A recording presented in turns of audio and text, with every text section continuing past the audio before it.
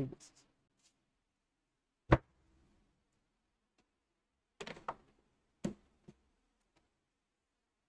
Internet भी slow है काफी।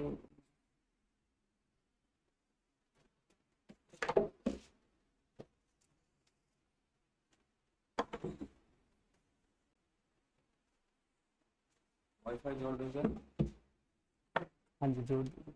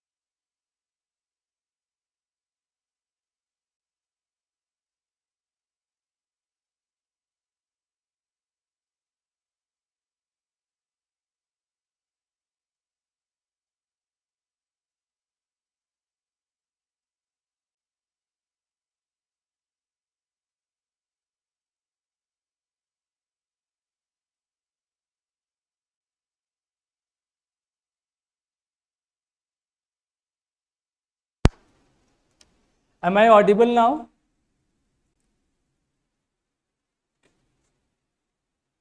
Yes, Manish Kumar, good evening.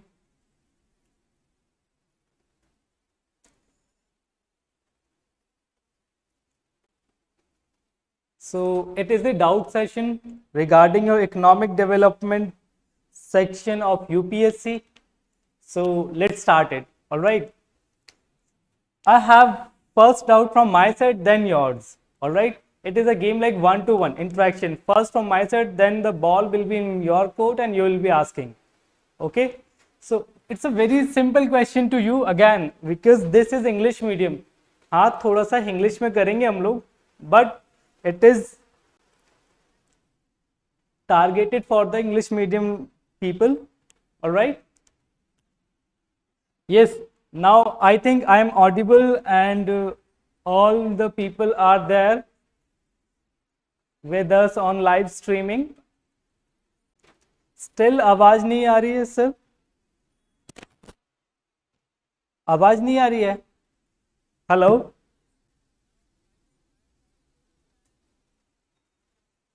I think आवाज आ रही है.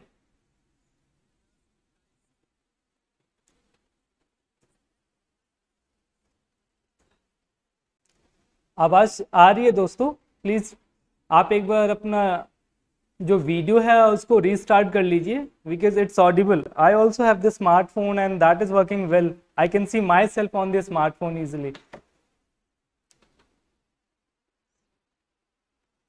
सो my question to you people, you know usually हम लोग कहते हैं there are 4 sections of our life. One is called dharma,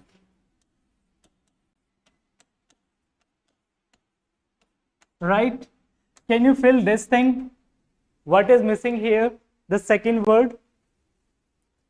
Yes, the second word you need to tell. uh, okay, thank you Rohit for affirmation that आवाज आ रही है. Okay, तो start करते हैं। चलिए बताइए जरा क्या मतलब है और व्हाट इज मिसिंग हियर। ये waiting for your answer people.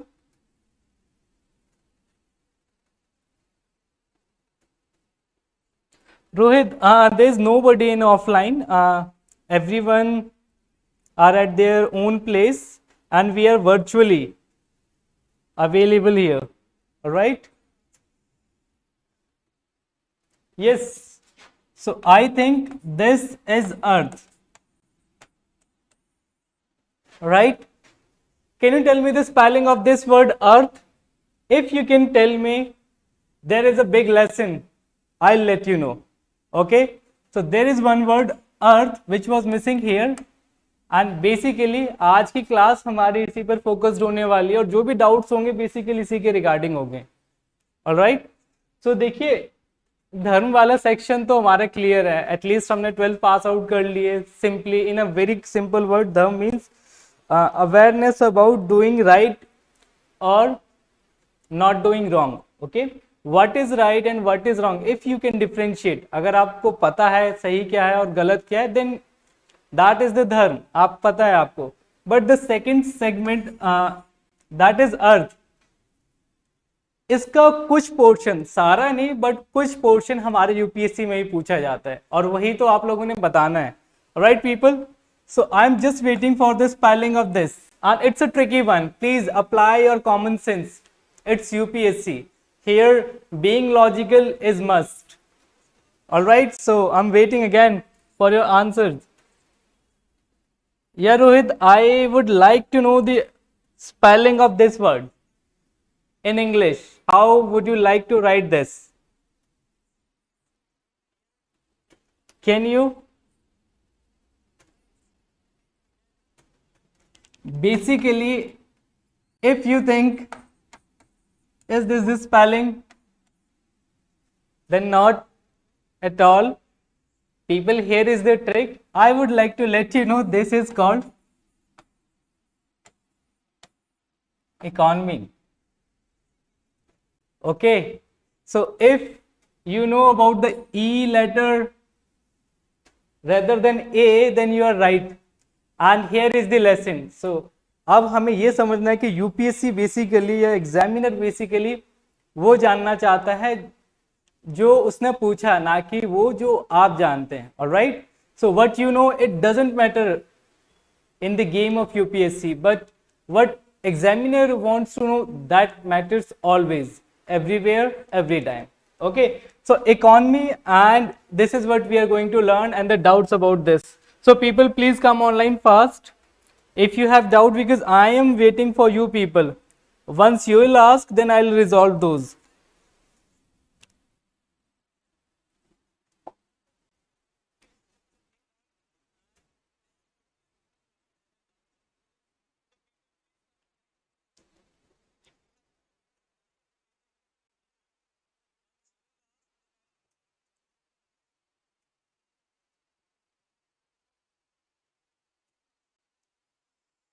Yes, Earth, Rohit.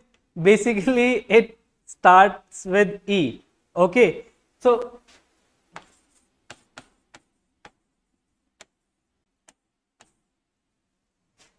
this is the Earth. Earth means वो सब कुछ जो पैसे से इन्वॉल्व है, जो आपकी लाइफ स्टाइल से इन्वॉल्व है। एक्चुअली बेसिकली वो सारी एक्टिविटीज जिसमें पैसा इन्वॉल्व है, जिसमें आपका कंफर्ट इन्वॉल्व है, जिसमें मटीरियलिज्म इन्वॉल्व है, दैट इज अर्थ। और उसी का एक सिस्टम होता है, एक प्रॉपर चेन होती है, एक साइकिल होती है जिसको हम इकोनॉमी कहते हैं। ऑलराइट, हालांकि हमने इन फर्स्ट 2 क्लास डिस्कस कर लिया, राइट, कि इकोनॉमी होती क्या है। It is a system of economic activities, and basically these activities can be classified into 4 sections. Okay, basically what is going on, production, consumption, distribution and exchange. So when these 4 activities make one system, one chain, one cycle, that is called economy actually. Okay, but again जैसे कि हमने first two classes में पहले भी discuss कर लिया है, हमारा टारगेट इकोनॉमी पढ़ना नहीं है, हमारा टारगेट इकोनॉमिक्स पढ़ना भी नहीं है. That is not our final goal.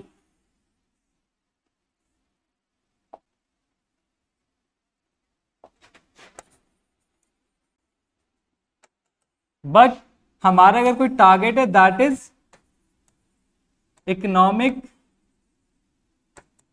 Development. And in respect of India, means whatever you will be studying in your GS3 portion or in your prelims, keywords mentioned regarding the economy, those are about the economic development.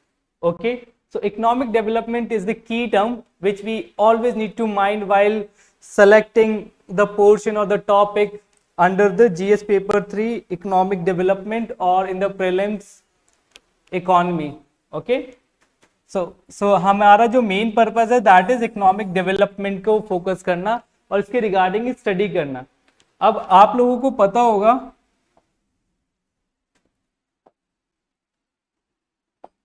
In case of prelims. Okay Gautam, I will take care. हम लोग दोनों medium में बात करेंगे.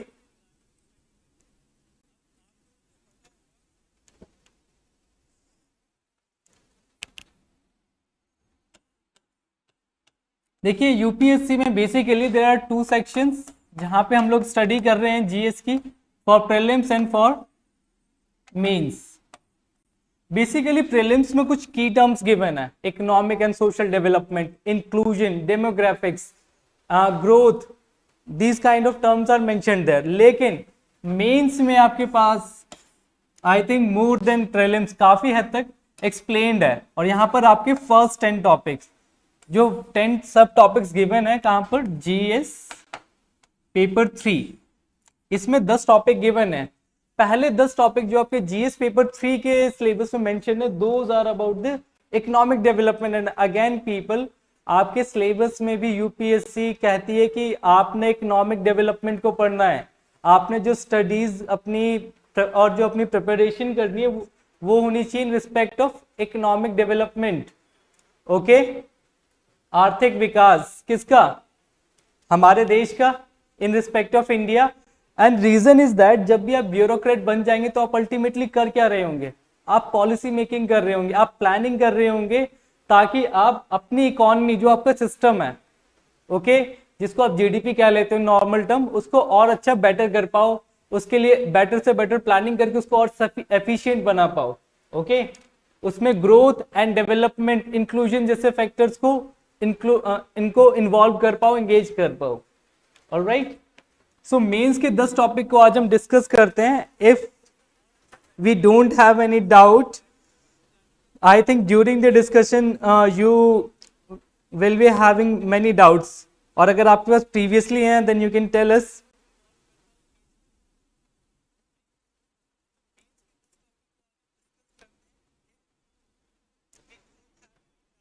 Yes guys, please tell me if you have any doubt.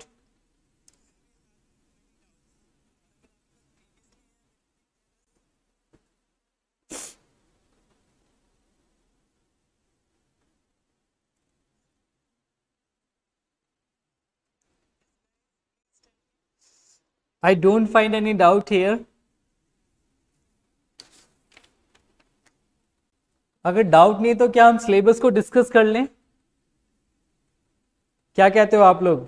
Yes Gautam, Rohit, क्या हम syllabus को discuss करें? Manish,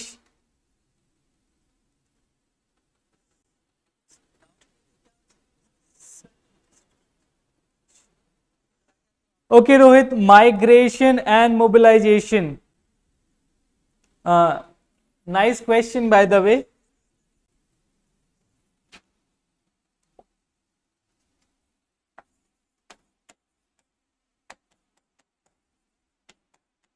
mobilisation versus migration. This is the doubt, one of the doubts. Okay, so see, people mobilization and migration, there's one thing which is common, that is called shifting from one place to another. There is something shifting. Now in what context we are talking, that differentiate these two words. देखिए, mobilisation and migration दोनों में ही shifting हो रही है. आप किसी चीज को एक प्लेस से दूसरी प्लेस तक क्या कर रहे हो, शिफ्ट कर रहे हो, लेकिन इन वर्ड कॉन्टेक्स्ट वो आपको वर्ड के थ्रू डिफरेंशिएट करना होता है. Okay, basically migration we talk about people. In economic perspective, we can say about labor. Okay, and mobilization is in respect of resources. Usually in this manner we can differentiate कि जो mobilization होता है उसमें क्या करना है हम लोगों को, हम resources को मोबाइल कर रहे होते हैं. ओके, अब देखो एक और रीजन भी होता है, let's understand that also. See, mobilisation purpose is basically to make your resources more efficient and effective. इसका पर्पस क्या होता है कि आपके जो रिसोर्सेज हैं वो और एफिशिएंट हो जाएं. एफिशिएंट मतलब उनकी परफॉर्मेंस बढ़ जाए. ओके, वो और भी बेहतर काम करने लगे. फॉर एग्जाम्पल, एक मशीनरी है जो एक घंटे में 10 यूनिट का प्रोडक्शन करती है. एफिशिएंसी मींस अब वही 10 यूनिट का प्रोडक्शन अगर वो जो मशीनरी है वो आधे घंटे में करने लगे तो वो क्या हो गई, उसकी जो एफिशिएंसी है वो इम्प्रूव हो गई है, मतलब उसकी जो परफॉर्मेंस है वो इम्प्रूव हो गई. फॉर एग्जांपल, आपने सुना होगा ट्रेन 18 के बारे में, वंदे भारत के बारे में. सेमी हाई स्पीड ट्रेन है ना, इन्होंने क्या किया, ये इनको कहते हैं efficient train. Reason behind is very simple.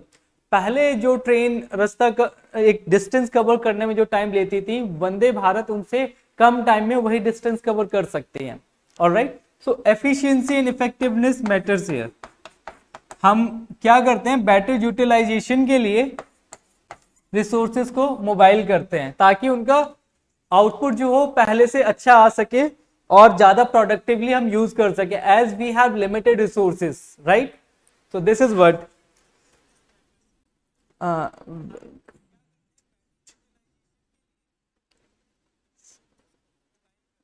Rohit, is this clear now?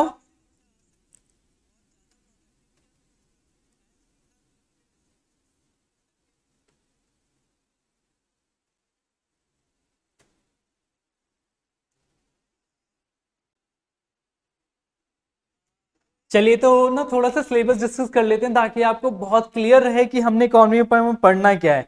I mean to से इकोनॉमिक डेवलपमेंट में आपने पढ़ना क्या है. देखिए, मेंस में जो 10 सब टॉपिक्स गिवन है ना, वो अपने आप में एक थीम है. बेसिकली आपके GS paper, in your GS paper 3 we have 6 themes, right? One of them is economic development.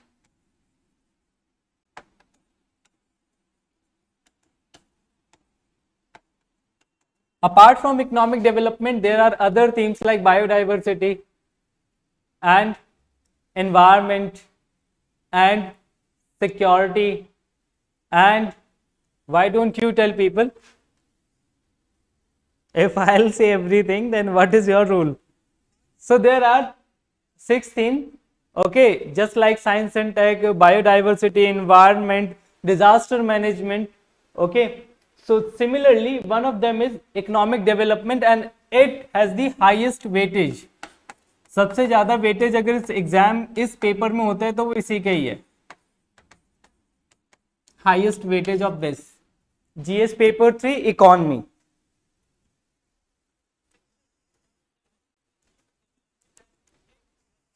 Okay, Gautam is asking for the positive effect of privatization on the economy of any country. Gautam, let's learn this also. Okay, see, Gautam is asking कि जो privatization होता है इसका benefit क्या होता है हमें. First of all हम समझ लेंगे privatization होता ही क्या है पहले, right? What is privatization? Then we'll move for the benefits of the privatization. Privatisation means जहां पर गवर्नमेंट क्या करती है, अपने हैंड पीछे कर लेती है, एंड प्राइवेट पीपल को या फिर जो प्राइवेट लोग हैं, जो बाकी लोग हैं, उनको वो स्पेस देती है कि आप आओ, आपके पास टैलेंट है, स्किल्स है, आपके पास इन्वेस्टमेंट की कैपेबिलिटी, आप आओ और वहां पर इन्वेस्ट करो और अपनी जो इकोनॉमी है उसको ग्रो करो। ओके, तो जब इकोनॉमी में एंगेजमेंट में जब गवर्नमेंट अपना रोल मिनिमाइज कर लेती है और बहुत कम कर लेती है और बाकी लोगों को ऑप्शंस देती है कि आइए, तो उस सिनेरियो को प्राइवेटाइजेशन कहते हैं। या इन सिंपल कहेंगे, जो गवर्नमेंट है वो अपनी ऑनरशिप को खत्म करके प्राइवेट लोगों के हाथों में क्या कर रही है, पूरा इंडस्ट्री या फिर जो आपकी इकोनॉमी है, जो आपका इकोनॉमिक सिस्टम है, इकोनॉमी का सिस्टम है, वो सारा प्राइवेट लोगों के हाथों में दे रही है। प्राइवेट लोगों के हाथ में देने का मतलब है कि वहां पे मार्केट की चलेगी, वहां पे क्या होगा, ऐसा होता है गवर्नमेंट के पास पावर होती है रूल्स एंड रेगुलेशन करने की, राइट। प्राइवेटाइजेशन के केस में गवर्नमेंट वो पावर, अपनी जो पावर है उसको गिव अप कर देती है। ऑलराइट, अब जो प्राइवेट लोग हैं वो क्या करेंगे, वो यहाँ पे आते हैं, इन्वेस्ट करते हैं, अपने स्किल्स लगाते हैं और इंडस्ट्री को आगे बढ़ाते हैं। अब यहाँ होता क्या है बेसिकली, देखिए प्राइवेटाइजेशन में हम लोगों ने अपनी मतलब अपार्ट फ्रॉम गवर्नमेंट से बाहर इन्वॉल्वमेंट की, तो यहाँ पे एक इंपॉर्टेंट रोल होता है, वो होता है मार्केट का, ठीक है। और मार्केट हमेशा एफिशिएंट होती है, मतलब मार्केट किसी को टाइम नहीं देते कि अच्छा आपके पास क्वालिटी नहीं है तो आपसे जो बेटर क्वालिटी वाला होगा वो मार्केट में आगे निकल जाएगा।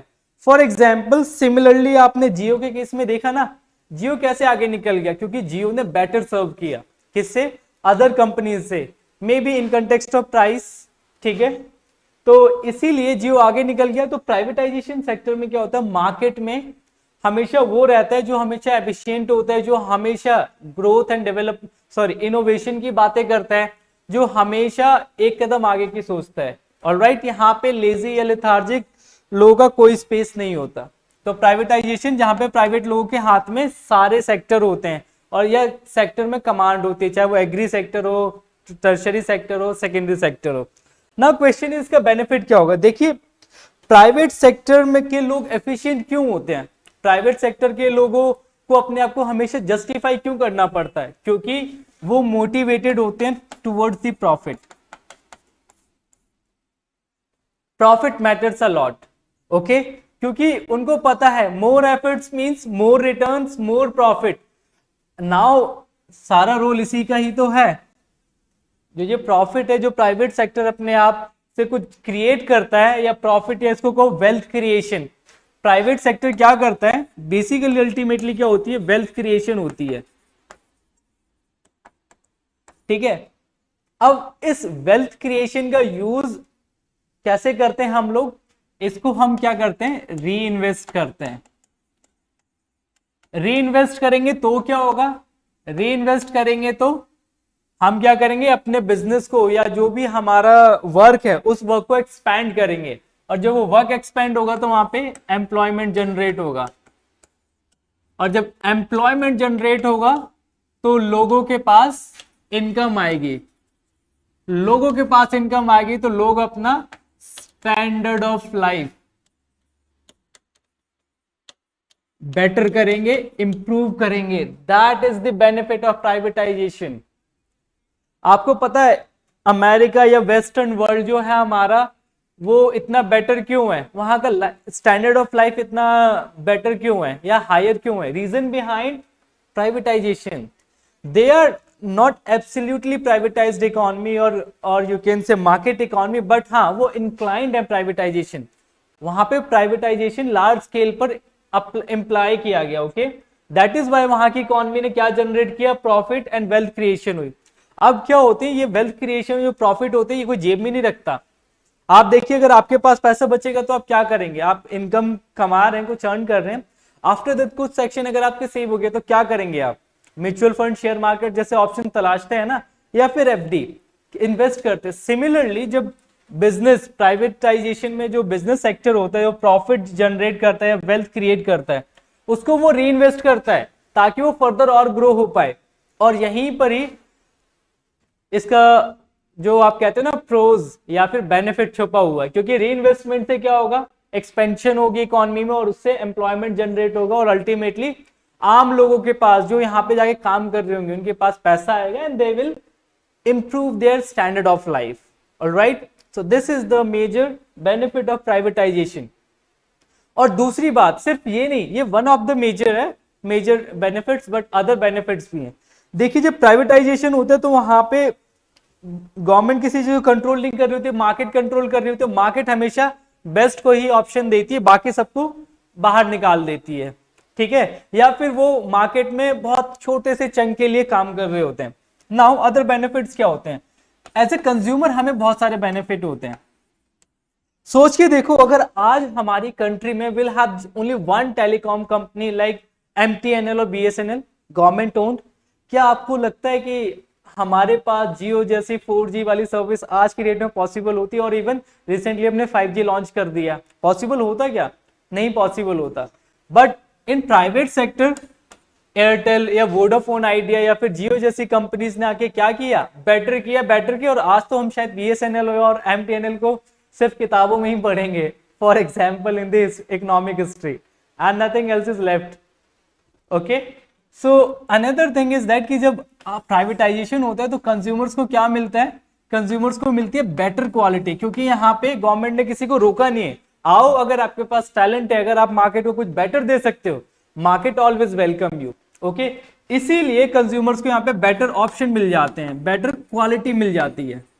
That is another benefit of privatisation, है ना. प्राइवेटाइजेशन में क्या होगा? अगर आपके यहाँ एक पर्सन अच्छा सर्व नहीं कर रहा होगा तो दूसरा पर्सन उसको रिप्लेस कर देगा. आप देखते हो ना एडवर्टाइजमेंट में कैसे कंपनीज एक दूसरे से कंपीट कर रही होती हैं, अपने को एक दूसरे से बेटर प्रूव कर रही होती हैं. ये प्राइवेटाइजेशन का ही तो आउटपुट है, जहां पे कंपटीशन होता है, जहां पर बेटर करने की हमेशा एक स्पिरिट होती है. Alright, so that is another benefit of privatisation. और बताइए sir. Of course Rohit, sorry Rohit, मैं देख नहीं पाया, but you were right. Actually it increases employment, it generates employment. Define the meaning of IBC. Muhammad Adnan. So I need a little more clarification. And UPSC Valla is asking, sir, which book is good for the economy in Hindi? Sir, to be honest, see now in the market, people usually prefer Ramesh Singh.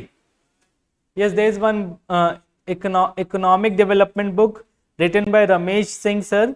Okay, तो वो book usually prefer करते हैं. But अगर आप class को regularly करते हैं ना, then book doesn't matter that. आप क्लास में आइए, क्लास में कॉन्सेप्ट्स क्लियर कीजिए एंड करंट अफेयर्स पे कमांड कीजिए, that's all.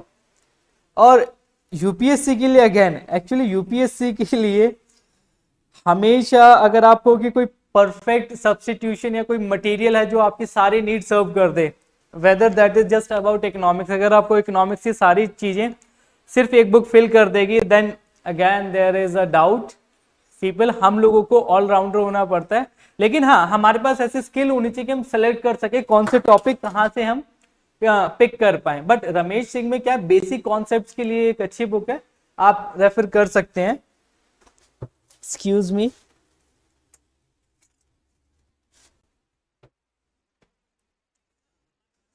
Okay, insolvency bank corruption code.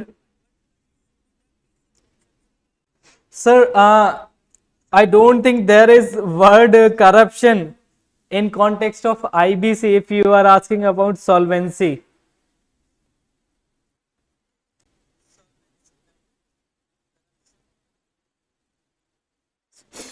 IBC, okay, I get it. If I am right, then it means insolvency and bankruptcy code और जो rules होते हैं, right. चलिए थोड़ा सा डिफरेंस देख लेते हैं फिर. आईबीसी जो कोड थे ये रिसेंटली अप्लाइड किए गए थे इंसॉल्वेंसी एंड बैंक्रप्सी जैसे केसेस को फास्ट वे में सॉल्व करने के लिए. सर अगर मटेरियल कुछ पहले से हो तो बनाना हो तो अच्छा होगा।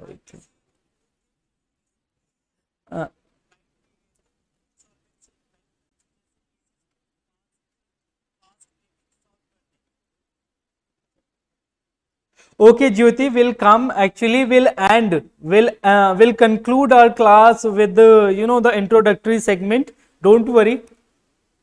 So, people, as you were asking about IBC, Muhammad Adnan, right? So, let's find a little difference, little idea about insolvency and bankruptcy.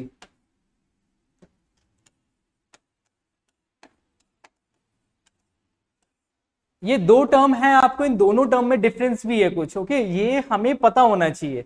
देखिए insolvency, can you define the word solvency? Solvent का मतलब होता है liquid होना, okay, और insolvent का मतलब होता है लिक्विड ना होना, ओके। तो यहां पे बात हो रही जब आपके पास कैश नहीं होता ना, कैश, जब आपके पास कोई बिजनेस कर रहे हो आप और आपके पास जब कैश खत्म हो जाता है ट्रांजैक्शन करने के लिए, तो आप कैसे हो जाते हो? आप इनसॉल्वेंट हो जाते हो, ओके। आप इनसॉल्वेंट कब हो जाते हो? जब आपके पास कैश खत्म हो जाता है, कैश होते ही नहीं, ना आपके पास बैंक अकाउंट में होता है, ना आपके पास फिजिकल करेंसी नोट्स में होता है, और ना ही ऐसा क्विक कन्वर्टेबल एसेट होता है, फॉर एग्जांपल गोल्ड, कि आप तुरंत जाके अपनी फर्दर ट्रांजैक्शन कर लो, ओके। तो जब कैश खत्म हो जाता है या कैश शॉर्टेज हो जाती है आपकी, उस सिचुएशन को कहते हैं इंसॉल्वेंसी। इस टाइम पर आपका बिजनेस जो होता है स्टक हो जाता है। क्यों? आप देखिए, आप डेली बेसिस पे लॉट्स ऑफ एक्सपेंसेस होते हैं जो हमें अपने बिजनेस को ऑपरेट करने के लिए करने पड़ते हैं, राइट। बट कई बार ऐसा होता है कि हमारे पास कैश की इतनी शॉर्टेज हो जाती है कि हम वो ऑपरेट ही नहीं कर पाते और हमारा बिजनेस ठप हो जाता है। कहीं ना कहीं ऐसा नहीं कि हमेशा आपका बिजनेस गलत, आई मीन टू से इन अ रॉन्ग वे चला गया है और आप बड़े लॉस में और आपको बिजनेस बंद करना पड़े, बट ऐसा चांसेस हाई हो जाते हैं इस केस में कि आपका बिजनेस बंद होने वाला है, बट जरूरी नहीं कि बंद होगा। तो इनसॉल्वेंसी मींस, अगर मैं सिंपलीफाई करूं इसको,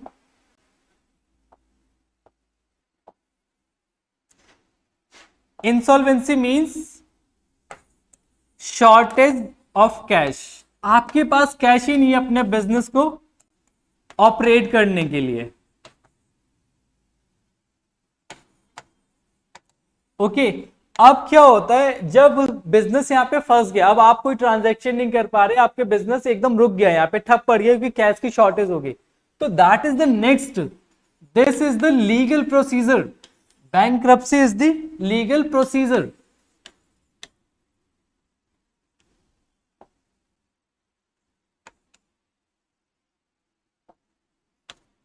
Bankruptcy is the legal procedure. Now what happens here? Now see, देखिए, अगर आपके बिजनेस में शॉर्टेज हो गई कैश की, या फिर आपके बिजनेस में कैश खत्म हो गया, ये इंडिकेट करता है कि आपका बिजनेस कहां पर है, एक डेंजरस जोन में आ चुका है।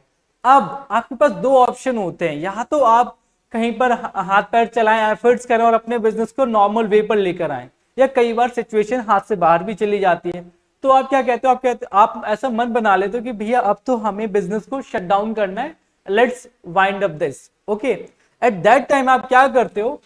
आप जाते हो बैंक्रप्सी के लिए, आप कोर्ट में जाते हो। बेसिकली वैसे तो कंपनीज के ट्रिब्यूनल्स होते हैं, ओके, इनके अलग से सेक्शन होते हैं जहां पे आप अप्लाई करते हो, आप वहां पे बैंक्रप्सी के लिए अप्लाई करते हो। बैंक्रप्सी मींस आपको ना एक लीगल आइडेंटिटी रिकॉग्निशन मिल जाती है, जो कोर्ट है वो अप्रूव कर देते हैं कि हाँ भैया आपका बिजनेस में कैश की शॉर्टेज आ गई है और अब आप बैंकरप्ट हो चुके हो, मतलब अब आपकी वो स्टेटस नहीं है कि आप किसी को पैसे दे पाओ, क्योंकि बिजनेस चलते ही लेन देन पर है और हमेशा बिजनेस में बहुत सारे लोगों की लायबिलिटी ओन होती है, इसको हमें पे करना होता है डे टू डे। हालांकि हम भी रिसीव कर रहे होते हैं कहीं से, बट पे भी करना होता है।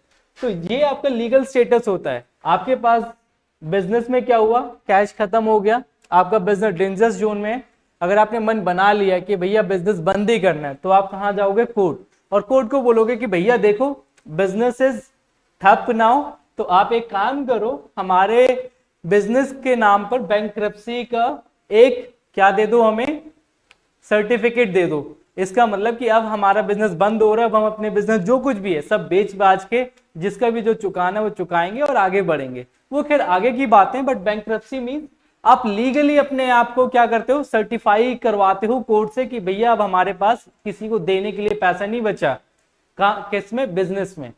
आई होप ये बात क्लियर हो गई होगी आप लोगों को, insolvency versus bankruptcy. Mohammad Adnan sir, क्या ये बात क्लियर है आपको, इंसॉल्वेंसी वर्सेस बैंक्रप्सी? इंसॉल्वेंसी आपका बिजनेस डेंजरस जोन में, आपके पैसे ही नहीं बचा आगे लोगों को चुकाने के लिए। बैंक्रप्सी आपने कोर्ट से सर्टिफिकेट ले लिया कि भैया सच में मेरे पास पैसा नहीं है, मेरे बिजनेस में जो जो बचा है वो चीजें बेच के अब मैं तुम्हारा चुका दूंगा जैसे तैसे, लेकिन मेरे पास और देने के लिए पैसा नहीं बचा। Is this clear now?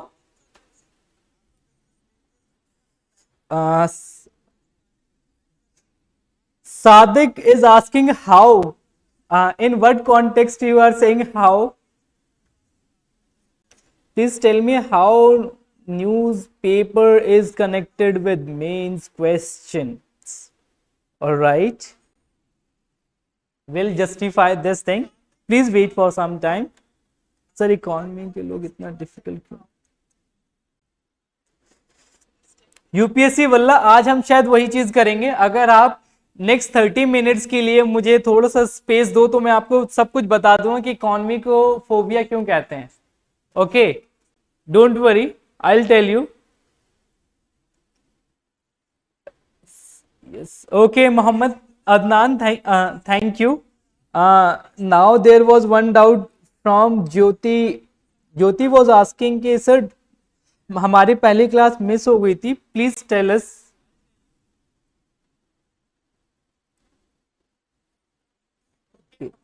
सो ज्योति देखिए, हम लोगों ने ना पहली क्लास में सिर्फ हम लोगों ने सिलेबस को ही डिटेल से डिस्कस किया था। Okay, in a first 2 hours जो फर्स्ट क्लास में हमने लिए उसमें हमने सिलेबस को इन सच अ वे डिस्कस किया कि क्विकली बेसिस पे हमने कहीं ना कहीं उसको एज अ क्रैश कोर्स किया। मींस हमने ऑल राउंडर जो जो भी इकोनॉमी में हम अगले 2 महीने 1.5 महीने में पढ़ने वाले हैं पूरे सिलेबस को, उसको हमने बड़े क्विक वे में देखा। आप अगर सिलेबस एक बार देख लोगे ना, then everything will be easy. जैसे कि आपका नेक्स्ट क्वेश्चन था, somebody was asking कि न्यूज़पेपर को आप कैसे लिंक करोगे अपने मेंस के क्वेश्चन से। सो बड़ी वेरी सिंपल आंसर अगर मैं कहूं शब्दों में तो बड़ा इजी है। देखो असल में क्या होता है कि आप जो कुछ भी लिख रहे होते हैं उसके लिए चाहिए होती है आपको जस्टिफिकेशन, फैक्ट्स, डेटा, और विदाउट डेटा आप कुछ भी कह लो, कुछ भी लिख लो, उसकी वैल्यू नहीं होती है। Okay, even in your bureaucracy career अगर आपके पास जस्टिफिकेशन के लिए सफिशिएंट एविडेंस नहीं है, प्रूफ नहीं है, सबूत नहीं है, then your career will be in danger. You won't be able to be a successful bureaucrat. Okay, so again जब मेंस लिख रहे होते हो आप, तो जो एग्जामिनर ने पूछा उसको जस्टिफाई करने के लिए आपको क्या देने होंगे, आपको देने होंगे कुछ एविडेंसेस, कुछ प्रूफ, और वो कहां से मिलेंगे आपको? न्यूज़पेपर से मिल सकते हैं। न्यूज़पेपर वन एक वे है, एक जरिया। आप ये नहीं कहोगे कि सब कुछ न्यूज़पेपर से मिल जाएगा, बट न्यूज़पेपर से मिल सकता है। आप यूट्यूब पे करंट अफेयर से भी कलेक्ट कर सकते हो वो डेटा, आप मैगजीन पढ़कर भी कर सकते हो, बट अल्टीमेटली आपको न्यूज़पेपर वाला जो डेटा काम आ रहा होता है जस्टिफिकेशन के लिए आ रहा होता है। फॉर एग्जाम्पल अगर कोई पूछता है कि आपके इकोनॉमी के लिए अभी रिसेंटली गवर्नमेंट ने कौन से एक्शन लिए, तो आप क्या बताओगे वहां पर? मेक इन इंडिया को मेंशन कर सकते हो, प्लस मेक इन इंडिया की सक्सेस में क्या क्या अवेलेबल है वो भी आपको मेंशन करना हो। ये चीजें आपको डे टू डे न्यूज़पेपर या करंट अफेयर्स फॉलो करके पता चलेगा। रिसेंटली हमने एक प्लेज भी लिया, शायद प्रॉमिस किया कि हम लॉजिस्टिक को अपना इंप्रूव करेंगे, जो हमारी कॉस्ट रफली 15 से 16% आती है उसको रिड्यूस करेंगे और अपने जो इकोनॉमी उसको मोर कॉम्पिटेंट बनाएंगे। पता है आपको, शायद फर्स्ट वीक की ही एक हमारी क्या है, फर्स्ट वीक का ही current affairs, sorry last week, आपके सितंबर के लास्ट वीक की करंट अफेयर्स थी। अपार्ट फ्रॉम दैट रिसेंटली आपने कप सिरप वाला केस सुना होगा ना। कप सिरप से आपको पता है कितनी हमारी इकोनॉमी का जो मेडिकल या फार्मा सेक्टर है वो कैसे हर्ट हो सकता है उस न्यूज से। बिकॉज एक इंडियन कंपनी की कप सिरप से क्या हुआ, एक कंट्री के कई सारे बच्चे मर गए, और ये एक हमारे लिए, हमारी इकोनॉमी के लिए, एक्चुअली हमारी इकोनॉमी के लिए हर्टिंग न्यूज थी, राइट। तो ऐसे सेक्शन आपको कहाँ मिलेंगे? आपको करंट अफेयर्स, न्यूज़पेपर या मैगजीन के थ्रू ही मिलने वाले हैं। ओके, एक्चुअली क्या होंगे, ये आपके पेपर को ज्यादा वर्दी बनाएंगे, ज्यादा जस्टिफाइंग बनाएंगे और आपको मोर कॉम्पिटेंट बनाएंगे, that is all.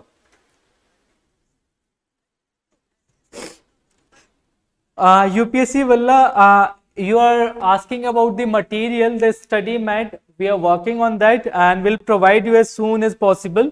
Don't worry, it's our responsibility. Sir, nowadays India government move on privatization, but GDP of India is not showing any positive impact.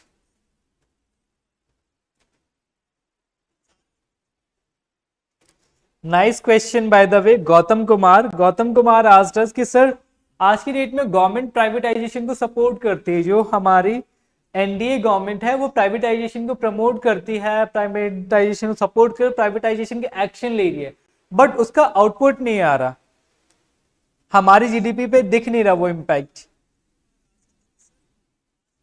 देखिए हमने क्या अभी शुरुआत की है, राइट, बट बहुत सारी चीजों पे अगर आप देखो तो हाँ ऑफ कोर्स कुछ चीजों पे आप कहोगे कि हम शायद थोड़े स्लो हैं, थोड़े से हम इनएफिशिएंट है, गवर्नमेंट के जो एक्शंस है थोड़े स्लो हैं, ठीक है, जिससे हमारे उस पर इम्पैक्ट नहीं दिख रहा। बट आप देखकर आप सोच कर देखो, मेक इन इंडिया के अंदर हम लोगों ने डिफेंस सेक्टर को क्या किया था, बाहर से बैन किया कि ये सारी चीजें हम अपने आप पे प्रोड्यूस करेंगे। आज तेजस जैसे जो आप लाइट कॉम्बैक्ट फाइटर जेट्स हैं ये बना पा रहे हो, राइट, प्रोड्यूस कर पा रहे हो, मेक इन इंडिया प्राइवेटाइजेशन के थ्रू। हालांकि HUL गवर्नमेंट कंपनी है, बट इसके अलावा बहुत सारे जो इंस्ट्रूमेंट उसमें लगते हैं, जो इक्विपमेंट लगते हैं, वो कहीं ना कहीं प्राइवेट सेक्टर के जो MSME का जोन है कहीं ना कहीं वहां से प्रोड्यूस होकर आ रहे होते हैं, जो बड़े माइनर पार्ट्स होते हैं, जिनके बारे में आप कभी उनका रोल नहीं देखोगे, बट हाँ in backdrop they were playing their role. But sir, GDP of India is. Don't worry, we'll do better. Let's hope for the better कि GDP पर इम्पैक्ट नहीं शो नहीं हो रहा उसका, कुछ देखिए शो नहीं हो रहा, इसके कई सारे रीजन हैं, external factors plus internal factors. External factors में आपको पता है Ukraine war, rises in the oil prices, right, this kind of reasons और फैक्टर्स आर देयर। इंटरनली कहीं ना कहीं हमारे भी कुछ ना कुछ प्रॉब्लम्स है। बेसिकली हमारे पास इश्यूज क्या है, देखिए प्राइवेटाइजेशन में हमें चाहिए मोर एफिशिएंट, मोर स्किल्ड लोग, क्या हमारे पास स्किल्ड लोग हैं, कहीं ना कहीं यहाँ पे इश्यू आता है। हाँ कुछ सेक्शन पे गवर्नमेंट को ब्लेम कर सकते हैं, बट ओब्वियसली हम लोग भी पर्सनल लेवल पे रिस्पॉन्सिबल हैं कहीं ना कहीं। ओके, हमें चाहिए स्किल्ड लोग जो मार्केट में काम कर पाए। आजकल अगर हम देखें एक एफिशिएंट अगर हमें प्लम्बर भी चाहिए तो भी अवेलेबल नहीं है मार्केट में, जो वेल स्किल्ड हो, वेल इक्विप्ड हो, जो जानता हो कि मॉडर्न तरीके की जो कंस्ट्रक्शन है वहां पे कैसे वर्क करना है। तो हम शॉर्टेज फेस कर रहे हैं और ये भी एक इंपॉर्टेंट रोल प्ले करती है, राइट, कि हमारे इकोनॉमी की जो नीड है उसके अकॉर्डिंग लोग नहीं मिल रहे हैं। सर मैंने इनमें से एक आपको ऑप्शन एक एग्जाम्पल के थ्रू जस्टिफाई किया कि देखिएगा, let's hope for the best. अब हम लोग क्योंकि ज्यादा अवेयर हो रहे हैं IT जैसे सेक्टर या यूट्यूब या फिर फेसबुक जैसे सोशल मीडिया के थ्रू हम लोग ज्यादा अवेयर हो रहे हैं, देन डेफिनेटली हम लोग जरूर अपनी GDP को आगे बढ़ाएंगे, बेटर करेंगे। और आप लोग भी तो इकोनॉमिक डेवलपमेंट पढ़ ही रहे हो, right, after becoming one bureaucrat आप लोगों का रोल भी इंपॉर्टेंट होगा, आप लोग भी करेंगे तो हमारी GDP डेफिनेटली अप जाएगी। Okay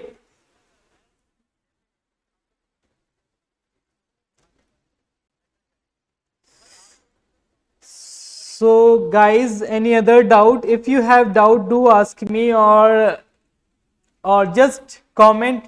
Should I tell you the briefing of, I mean detailing of this syllabus or briefing of your upcoming classes? If you wish, I can carry on here.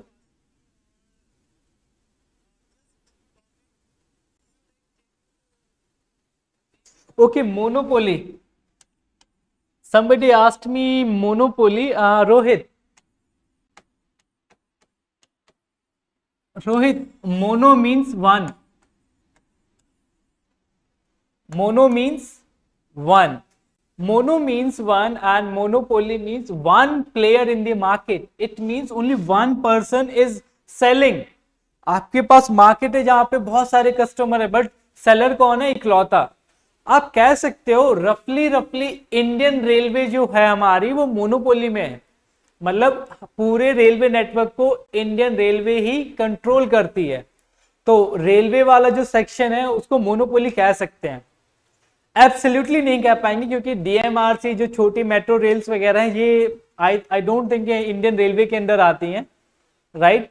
So metros वगैरह का अगर छोटा section हटा दें तो जो major जो हमारी कनेक्टिविटी है रेलवे नेटवर्क का वो सारा का सारा इंडियन रेलवे ही कंट्रोल करता है, monopoly. Okay, so monopoly means one seller against many consumer. आपके पास बेचने वाले बहुत सारे लोग, सोच के देखो आज से 5 साल बाद दुनिया हमारे देश में सिर्फ एक ही कंपनी रह जाए, जियो। जस्ट इमेजिन हाइपोथेटिकली एक ही कंपनी रह जाए और वो होगी जियो, रिलायंस जियो। तो आपको लगता नहीं, और उस सिचुएशन में क्या होंगे, हम सभी बायर्स होंगे, कोई और कंपनी मार्केट में नहीं होगी, तो उसमें क्या होगी, जियो की मोनोपोली होगी। ओके, इस केस में जियो की मोनोपोली होगी। अगर जियो अकेला बचे आज से 5 साल बाद एयरटेल या वोडाफोन जैसे कंपनीज क्या हो जाएं, अपने आप को बैंकरप्ट डिक्लेयर कर दें कि भैया पैसा नहीं बिजनेस चलाने को और वैसे इतने लोन है वो चुकाने, तो फिर मोनोपोली हो जाएगी जियो की उस केस में। नाउ थोड़ा सा और इसको एक्सटेंड कर लूं क्या? देखिए मोनोपोली कभी भी किसी इकोनॉमी के लिए हेल्दी नहीं होती है। क्यों? क्योंकि यहाँ पे सिर्फ एक ही पर्सन है जो सेल कर रहा है, बाकी सबको खरीदना ही खरीदना है। उस लोगों के पास, कंज्यूमर्स के पास कोई और ऑप्शन ही नहीं है कि they can go for. Okay, that is why seller क्या करता है, इस केस में सेलर हमेशा एक्सप्लॉयटेशन करेगा कंज्यूमर्स का, क्योंकि वो अकेला है, उसके अगेंस्ट कोई है नहीं जो उसको compete कर पाए, जो उसको उसके अगेंस्ट जो सेलर हो और जो सेल कर पाए मार्केट में, तो वो कंज्यूमर को एक्सप्लॉइट करेगा और अपने मनमानी रेट पर कहेगा कि भैया जो चीज कल 100 रुपए की थी आज वो कितने की हो जाएगी, 1000 रुपए की। आपको चलो इसी बात के साथ में एक इंटरेस्टिंग फैक्ट बताऊं। आपको पता है डायमंड जो पूरी दुनिया में, आप तो शायद कई सारी minor major company, but majority of the diamond market सिर्फ एक ही कंपनी कंट्रोल करती है उसके प्राइस वगैरह डिसाइड करने के। सोच के देखो, इसीलिए जो डायमंड है ना एक बेस्ट या फिर आपको एक अच्छा ऑप्शन इन्वेस्टमेंट का नहीं माना जाता। क्यों? क्योंकि डायमंड की मार्केट में पूरी दुनिया में जो डायमंड के जो राइट्स हैं, मेजॉरिटी ऑफ द राइट्स एक कंपनी होल्ड करती है, उसका नाम मुझे अभी याद नहीं आ रहा, बट इसीलिए अब क्योंकि वो इकलौती है जिसके पास पूरी दुनिया का मार्केट पड़ा हुआ है, मतलब मेजॉरिटी मार्केट पड़ा हुआ है, तो वो अपनी मन मर्जी से डायमंड के रेट डिसाइड करते हैं कि इसका ये होगा, इसका ये होगा। अच्छा, कल इसका रेट 4 गुना होगा, खरीदना है तो हम ही है। इस केस में डायमंड, क्योंकि क्या करते हैं, डायमंड को कंट्रोल करने वाली कंपनी कंज्यूमर्स का एक्सप्लॉयटेशन करती है। इस केस में डायमंड को एक अच्छा इन्वेस्टमेंट का ऑप्शन भी नहीं माना जाता। क्या पता कल डायमंड कंपनी का मूड घूमे, आपने 10,000 रुपए इन्वेस्ट किए डायमंड की कंपनी पे, कल वो कहे कि भैया डायमंड का रेट 1 लाख रुपए वाले डायमंड का रेट सिर्फ 1 रुपए है, तो आपकी इन्वेस्टमेंट भी तो डाउन हो जाएगी। ये इंटरेस्टिंग फैक्ट था, मुझे लगा आपको बताना चाहिए कि डायमंड के साथ हम इसलिए इसको इन्वेस्टमेंट में नहीं जोड़ के देखते, जबकि इतना प्रेशियस है। कोहिनूर को ही देख लो।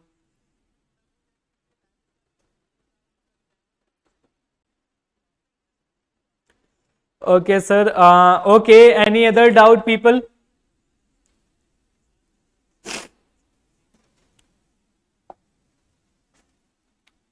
देखिए जो मेन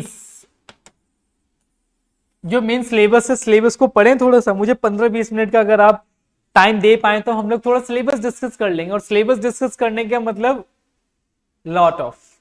ओके, तो अगेन देखिए पीपल, आपको ना 3 चीजों के बारे में समझना होगा। Economy, the very first section, then economics, and then economic development.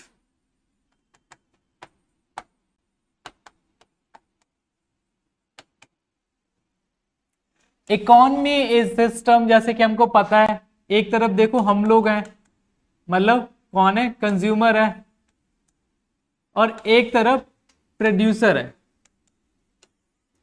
ये कुछ प्रोड्यूस कर रहा है, इनको सेल कर रहा है, गुड्स एंड सर्विसेज। ओके, बदले में ये क्या दे रहे हैं, ये देते हैं इनको कुछ पैसा।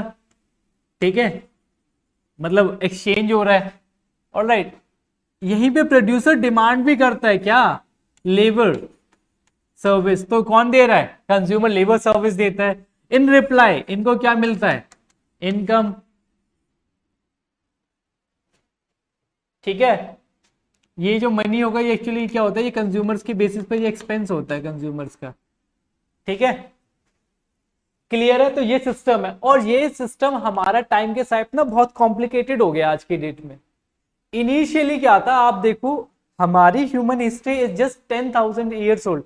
शायद हमने 10,000 साल पहले रफली एग्रीकल्चर स्टार्ट किया था, राइट।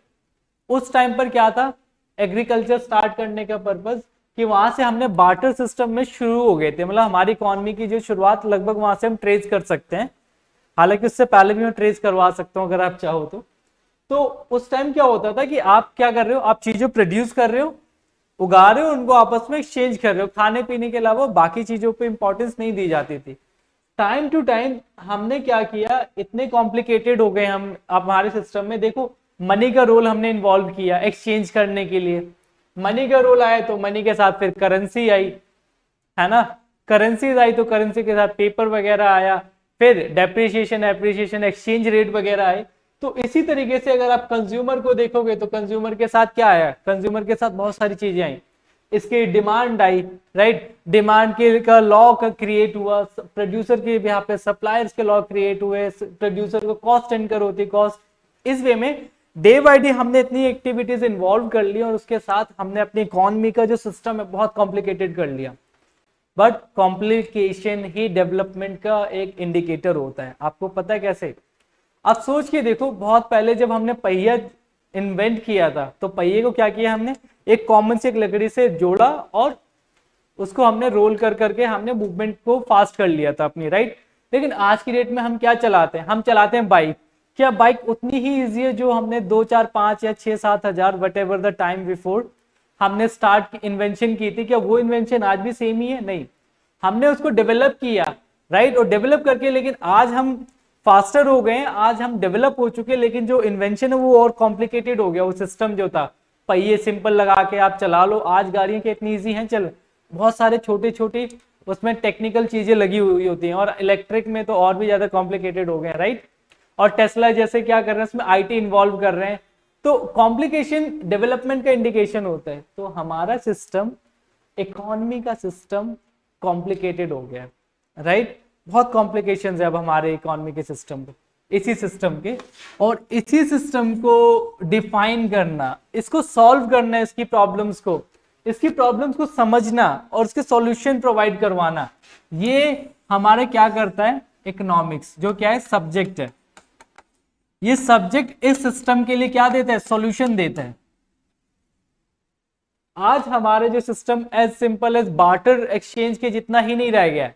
आज हमारे पास क्या, हम इंपोर्ट भी करते हैं, एक्सपोर्ट भी करते हैं।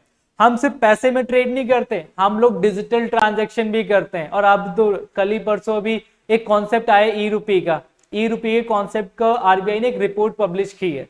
आप देखो, अब हम ई रुपी तक आ रहे हैं, क्रिप्टो करेंसीज देख लो। तो हमने अपनी इकोनॉमी को कॉम्प्लिकेटेड कर लिया, लेकिन उसके सॉल्यूशंस कहाँ हैं, इकोनॉमिक्स में। इकोनॉमिक्स बेसिकली आपको कॉन्सेप्ट्स बताती है, कुछ लॉजिक्स बता रही होती है। Gautam, I got it.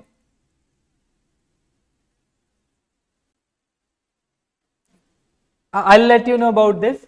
तो इकोनॉमिक्स के थ्रू हम लोग क्या करते हैं, इकोनॉमी को सॉल्व करते हैं, इकोनॉमी को समझते हैं, इस सिस्टम को समझते हैं। इकोनॉमी मींस ये वाला system, okay, we understand it and we analyze it and finally give solution to this through the economics। और ये सब करके हम क्या कर लेते हैं, इकोनॉमिक्स के थ्रू, सॉल्यूशन के थ्रू हम क्या करते हैं, इकोनॉमिक सिस्टम को समझो, इस सॉल्यूशन से हम क्या कर रहे हैं, हम डेवलपमेंट करते हैं, इस सिस्टम को डेवलप करते हैं। जो इकोनॉमिक जो सॉल्यूशन दे रही है ना हमें,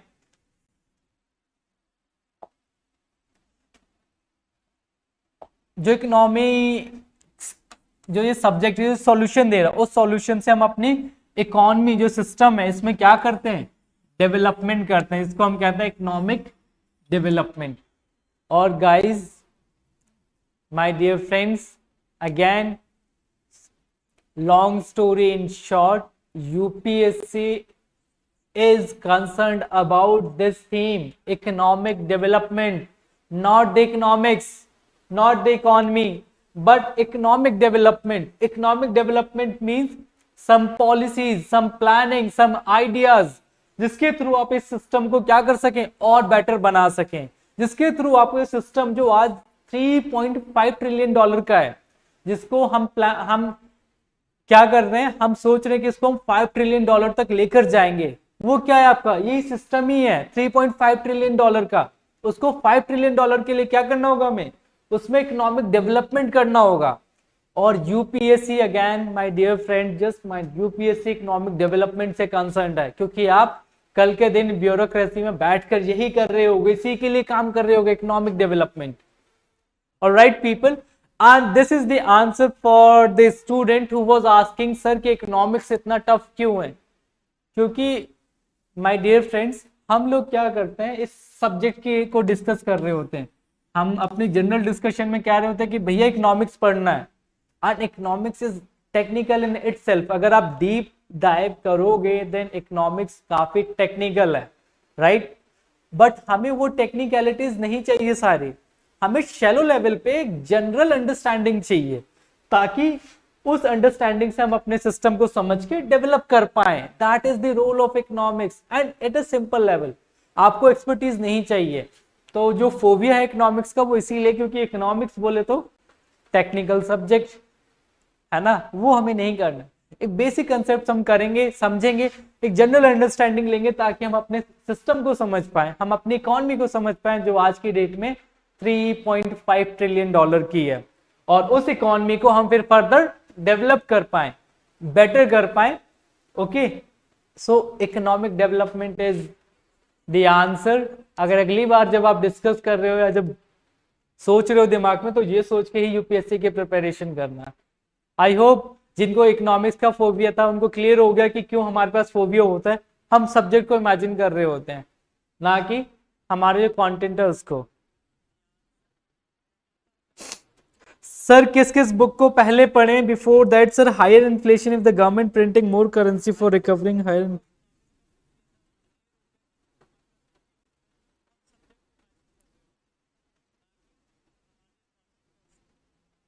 is now show any positive. So nowadays Rohit, monopoly, I told you, buddy, you again asked the same question. Monopoly simply means one seller, सिर्फ एक ही पर्सन क्या कर रहा है, सेल कर रहा है, और बहुत सारे कंज्यूमर है। और जब एक ही सेलर बहुत सारे कंज्यूमर के लिए सेल करेगा तो वो एक्सप्लॉयटेशन करेगा उनकी, वो अपनी मनमानी करेगा। सोच के देखो, अगर मेरे पास अगर सारी पावर आ जाए, इस दुनिया की सबसे ताकतवर मैं बन जाऊं, तो क्या मैं अपने आगे किसी की सुनूंगा? प्रैक्टिकली तो बिल्कुल भी नहीं सुनूंगा। आइडियली मैं बोल दूं कि नहीं नहीं ऐसा नहीं हो, बट प्रैक्टिकली देखो आप, तो मैं कभी नहीं सुनूंगा किसी की। अगर मैं सबसे पावरफुल इंसान बन जाऊं, मैं उस केस में सिर्फ अपनी चलाऊंगा। Similarly in case of monopoly, जो आपका सेलर है, अकेला है मार्केट में और कोई सेल नहीं कर रहा, तो वो अपनी चलाता है। वो जो रेट डिसाइड करना चाहे, जिस रेट पे जितना बेचना चाहे, वो वही करता है। और इस केस में घाटा किसका होता है? इस केस में घाटा होता है एक कंज्यूमर का, क्योंकि उसको पता ही नहीं होता कि यार उसको कितनी इनकम अपनी जेब में रखनी है उस प्रोडक्ट को खरीदने के लिए जो मोनोपोली वाला सेलर बेच रहा है।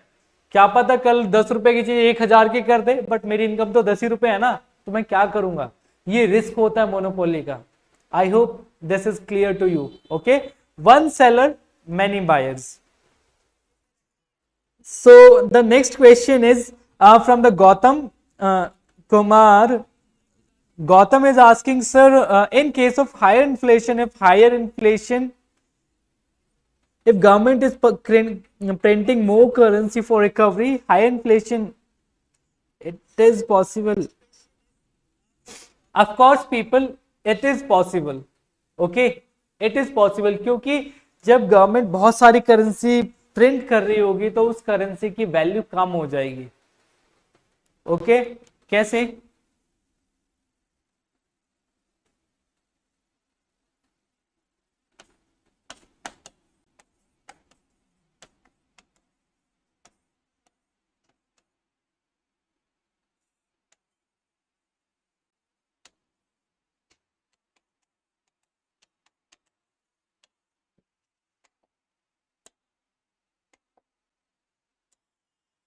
आपने करेंसी प्रिंट की, ओके।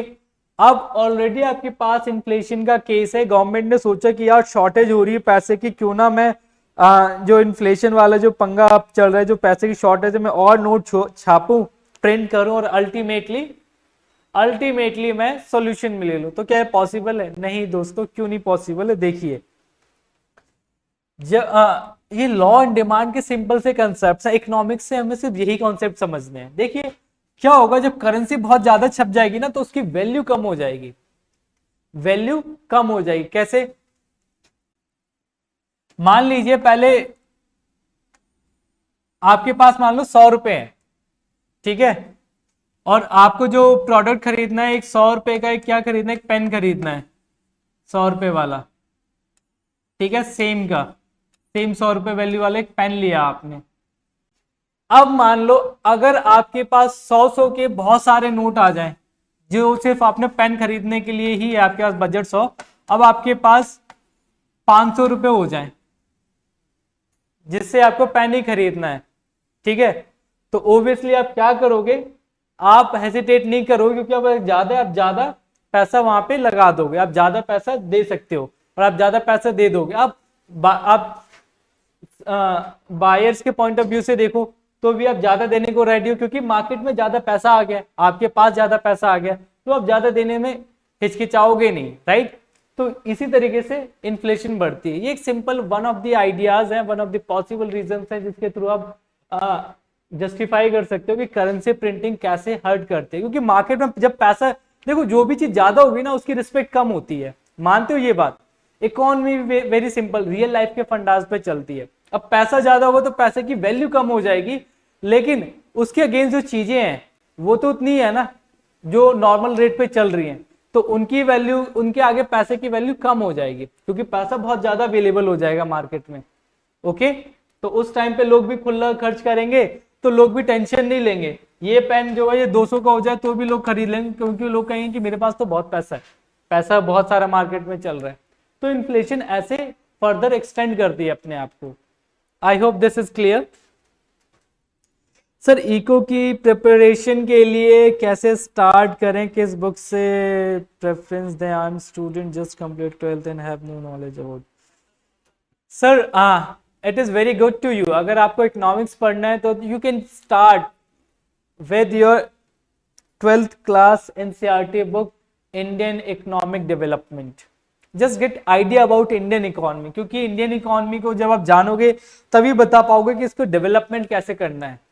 अगेन आप लोग इकोनॉमिक डेवलपमेंट पढ़ रहे हैं, और इंडियन इकोनॉमी को जानने के लिए जो एक्चुअली क्या है, जो आपकी 12th क्लास की एनसीईआरटी बुक है, इंडियन इकोनॉमिक डेवलपमेंट, पहले वो 11th के सिलेबस में थी, अब 12th में आ गई है एनसीईआरटी।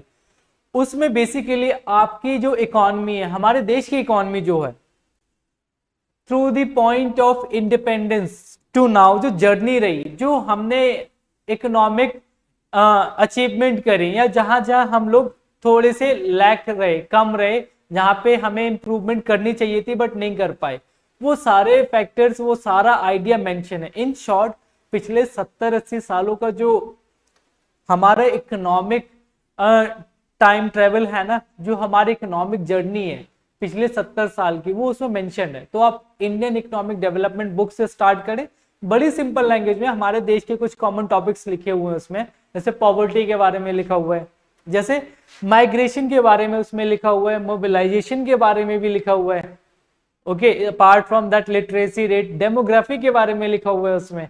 मतलब ओवरऑल आपको ना एक जनरल आइडिया इकोनॉमी के बारे में अगर चाहिए, then 12th class NCERT, Indian economic development. Simran, this is to you. And next is sir, किस बुक से प्रिपेयर? डन सर, मुझे क्लासरूम में ज्वाइन करना था, न्यू बैच कब से स्टार्ट?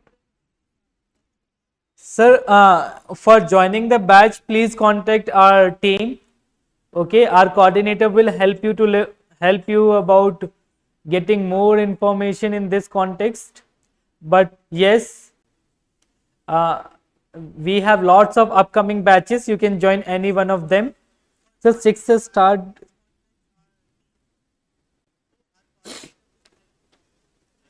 सर 6th क्लास से क्या, फिर आप अल्फाबेट से स्टार्ट करें ना, A for apple, B for ball, देखिए अगर आप एक सॉरी मैं किसी को हर्ट नहीं कर रहा, बट मैं जस्ट ना ही किसी को टोन कस रहा हूँ, मैं आपको ये बता रहा हूँ। देखिए 6 क्लास में जो मेंशन है, अगेन वेरी सिंपल है, उसका आप यूज कर सकते हैं किस लिए? अगर आपकी जो रीडिंग की स्किल्स हैं इतनी मेच्योर नहीं है, अगर आपको बैठ के पढ़ने की आदत नहीं है, देन 6 क्लास की book is a good option. कैसे? देखिए जो 6 क्लास की बुक है, बड़े छोटे छोटे लेसन हैं, बड़ी कलरफुल बुक्स होती हैं, छोटे छोटे सिंपल सिंपल सेंटेंसेस होते हैं, आपको पढ़ने में इंटरेस्ट लगता है और आपको लगता है, और दूसरी बात आप इतने मेच्योर हो गए हो कि आप उसको सोचते हो कि ये कुछ भी नहीं है ना, उसको बहुत इजी समझते हो और उसको आपको लगता है कि शायद एक दिन में पूरी बुक ही पढ़ लो, इतने इंटरेस्ट के साथ आप खत्म कर जाते हो या इतने जोश एक्साइटमेंट के साथ, राइट? तो जो छोटी बुक्स हैं वो आपको कॉन्फिडेंस दे सकती है नॉलेज के लिए, तो आपको better 9th 10th 11th 12th को कवर करें आप, ठीक है? 6 क्लास से जैसे कि अगर आपको ना बैठने की आदत नहीं है, सेटिंग के या रीडिंग करने की हैबिट नहीं है, then 6 class is better. Alright, sir ji Ramesh Singh आपके लेक्चर के साथ पढ़ चलो तो ठीक। Guys there is one issue, somebody asked me sir Ramesh Singh को अगर साइमल्टेनियसली कंटिन्यू करें आपके लेक्चर्स के साथ, विल इट सिंक और नॉट, ये डाउट है। देखिए फ्रेंड्स, देखिए जो रमेश सिंह की बुक है ना, वो है आपकी टॉपिक्स वाइज, ठीक है? बट जो मेरे वे में जो मेरी पैडागोजी है पढ़ाने की, according to that you will learn according to your syllabus.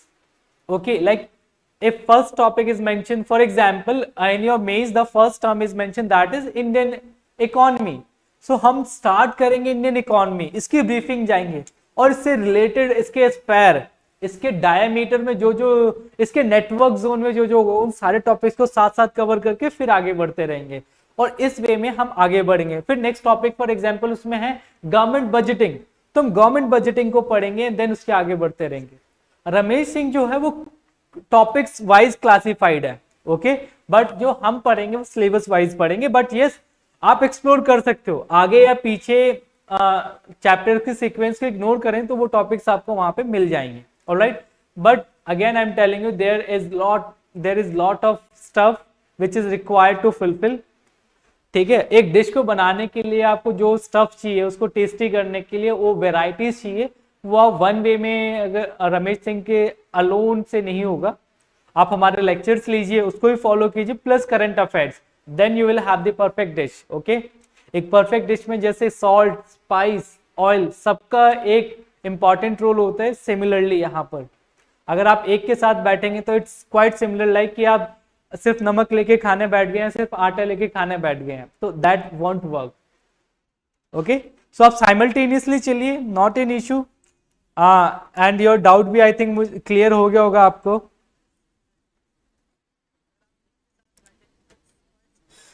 Sir ji Ramesh Singh आपके लक्ष्य, हाँ जी आप पढ़ सकते हैं, आपको बस आगे पीछे टॉपिक मिलेंगे क्योंकि हम सिलेबस वाइज चलेंगे।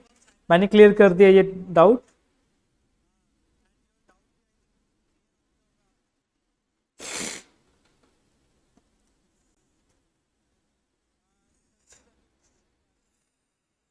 पढ़ सकते हैं, आपको बस आगे पीछे टॉपिक मिलेंगे क्योंकि हम सिलेबस वाइज चलेंगे।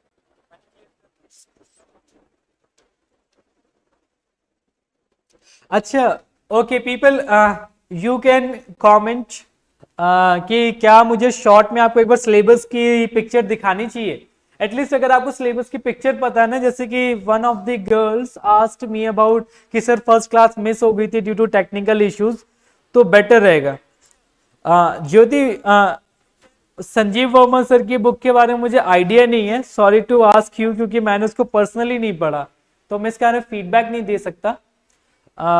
रमेश सिंह की बुक मैंने अच्छे से पढ़ी थी और मेरे पास रखी हुई है इस टाइम एक, तो मैं बता सकता हूँ उसके बारे में। बट हाँ, संजीव सर की बुक मेरे पास नहीं है, ना ही मैंने कभी रेफर की।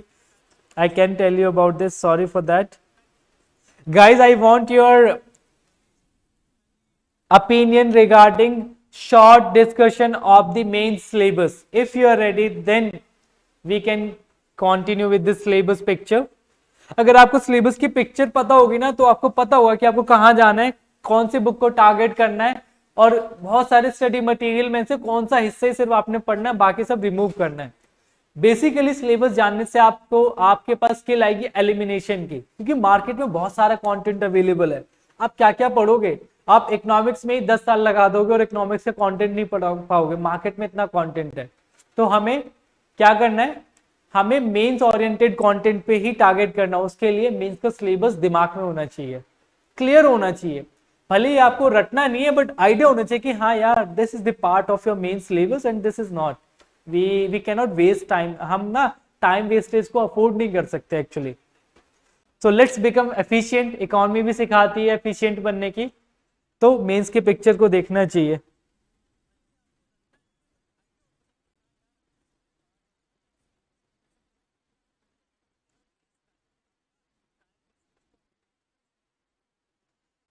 Guys, again I'm asking whether you have doubt. You can continue with your doubt, or I can go with some story of your syllabus.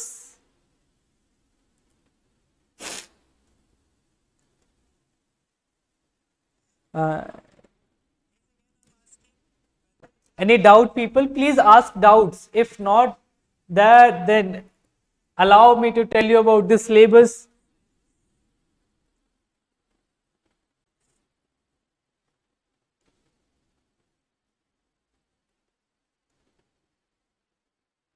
अच्छा चलो, मेरा डाउट है, आप लोगों के पास डाउट नहीं है, मेरे डाउट को सॉल्व करो। चलो मुझे बताओ फटाफट से, इकोनॉमिक्स का हमारे सिलेबस में रोल क्या है? हमारा सिलेबस इकोनॉमिक्स नहीं है, हमारा सिलेबस इकोनॉमिक डेवलपमेंट है। आई एम आस्किंग यू, जैसे कि मैंने प्रीवियसली डिस्कस किया है आपके साथ, कि इकोनॉमिक्स का हमारे सिलेबस में रोल क्या है, और बाय द वे हमारा सिलेबस क्या है? Do comment please.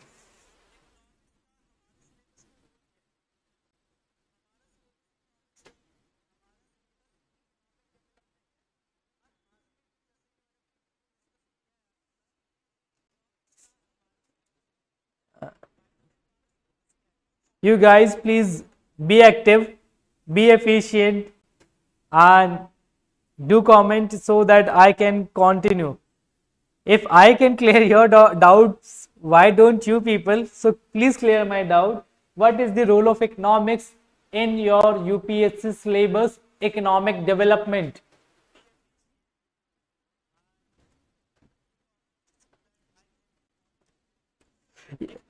Jyoti, you can try. Gautam, you also. Simran, apart from Simran, Guddu, you can be there. Please do comment.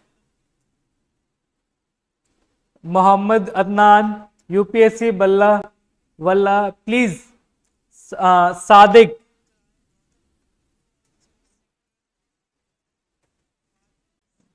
please clear my doubt.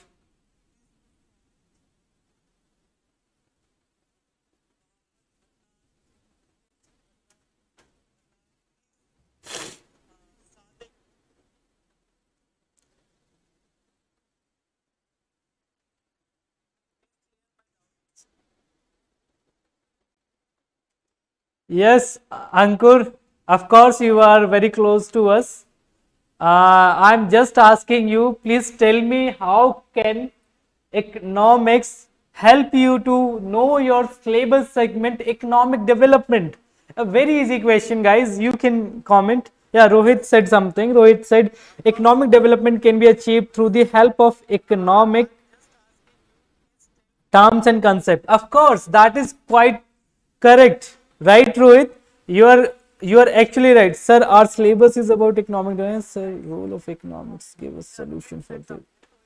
Yes, economics gives you understanding, analysis and solution for that.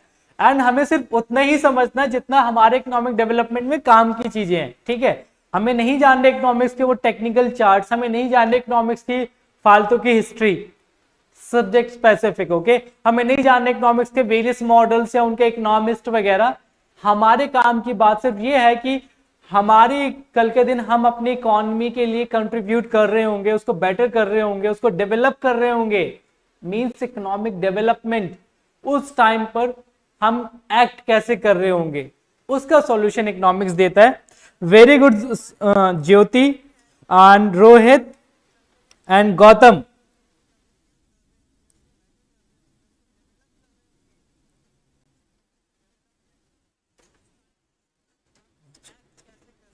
How to manage? Yes, Gautam, you are also correct. How to manage economy condition and how to develop. Uh, Ankur, any further doubt you can continue, and other people also. We have Jyoti, Gautam, Rohit. Guys, do tell me if any doubt you have.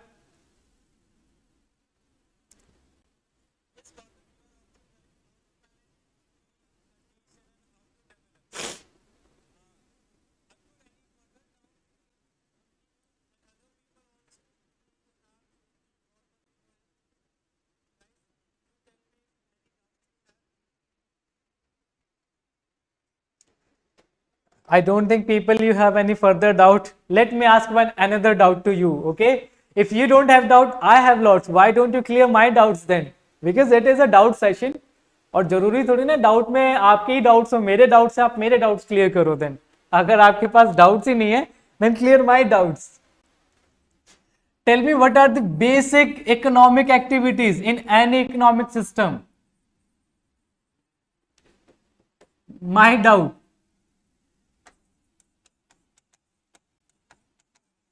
Basic economic activities, what are those? You can comment. That's why, Jyoti, if you don't have doubt, guys, then I have doubts, okay? So clear my doubts, because it is doubt oriented session, it is doubt session. So if you don't, I have the doubts, clear them. What are basic economic activities? At least you don't know, then attempt, try. That helps you to develop that psychology that you need to try, you need to attempt it all the time and not giving up. What is economy? Is this doubt? Okay, very nice doubt. But my question to you people, clear this doubt also. Basic economic activities. See, जो economy होता है वो इन्हीं economic activities के system को कहते हैं, okay?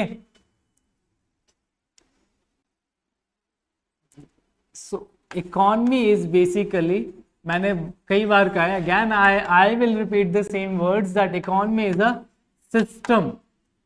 System of what? System of this thing, economic activities. Economic activities कौन कौन सी होती हैं?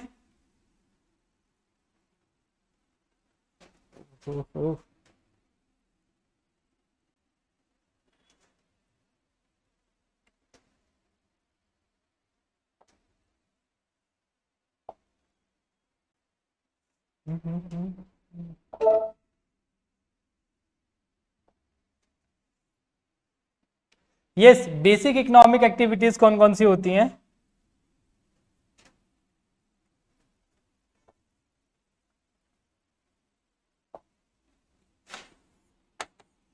There is consumption. Yes, Ankur, finally पूरी रामायण सुनाने के बाद आपने व्हाट अ ग्रेट डाउट पूछा है, that is what is economy. तो सुनिए, इकोनॉमी क्या है? एक सिस्टम है. कौन सा? इकोनॉमिक एक्टिविटीज का. और इकोनॉमिक एक्टिविटीज कौन सी होती हैं? Those are consumption, production, exchange and distribution. These activities simultaneously creates a system that is called economy.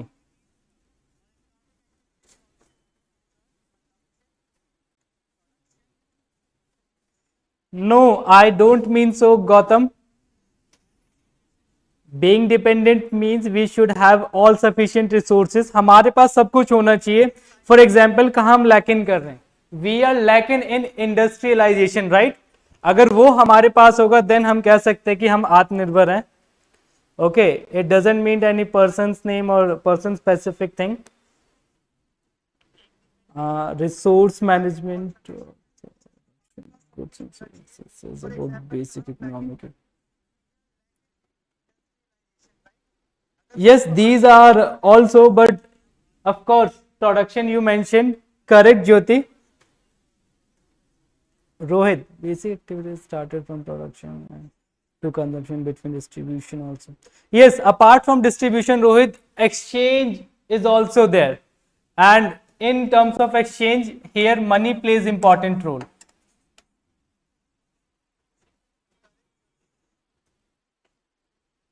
Any further doubt?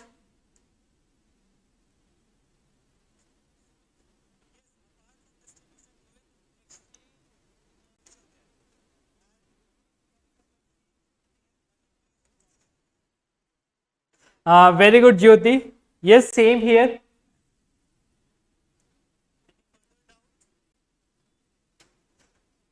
Okay, people, you can ask. We can continue if your doubts are still there, or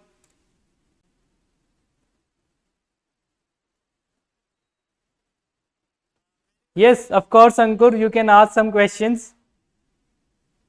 What was your question? Your question was about economy. I have given you the solution. Any further question? कोई और doubt है आपका?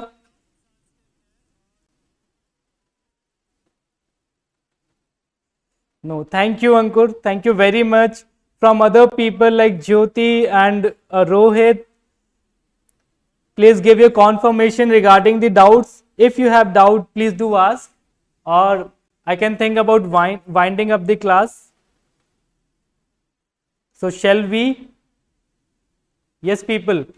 क्या हम class को इस session को यहीं पे एंड करें?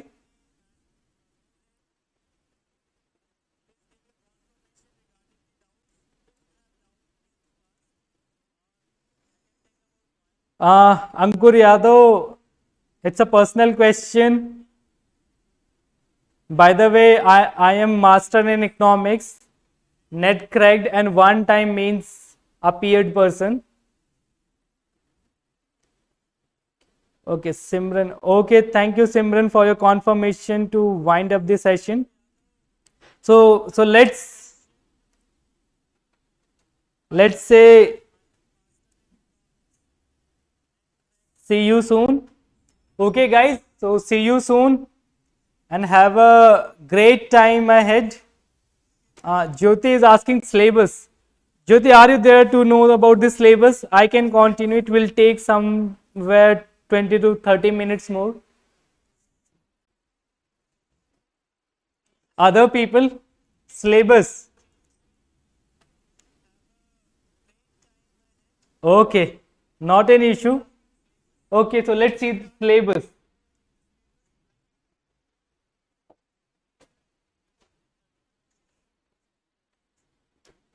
Okay, Ankur, let's come to the syllabus, the most important thing. Okay, this is the section where we say how to learn. So, in your GS paper 3, okay, economic development.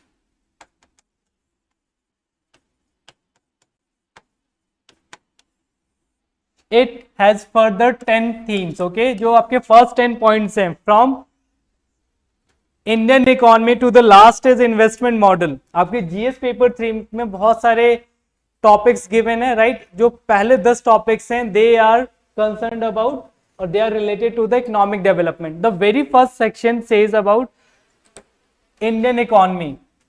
Okay, number 1 पे है आपका Indian economy.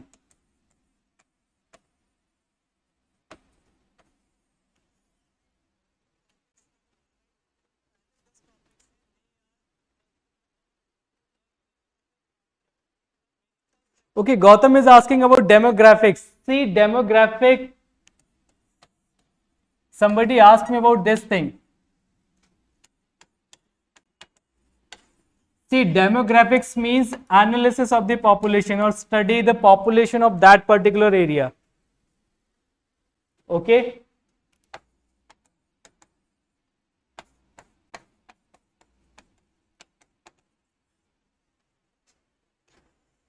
Is there? Of course, thank you, Simran, for supporting us, for helping the Gautam. Okay, so see, your first topic is the first topic is saying about the Indian economy. आपका जो पहला topic कहता है वो बताता है Indian economy के बारे में और इंडियन इकोनॉमी से related issues. For example planning कैसे है, और प्लानिंग में आप जो आपके फर्स्ट 12 प्लान है, जो हिस्टोरिकल बैकग्राउंड है वो भी देखोगे। ओके, तो आपने क्या करना है, जो आपका टॉपिक है उसकी रेंज के अंदर जो कुछ कवर होता है वो सब कुछ साथ साथ लेकर चलना है। Okay, so Indian economy is your first topic, इससे रिलेटेड आपकी planning, mobilisation, growth, development and employment, कुछ ऐसे टॉपिक्स भी मेंशन्ड है।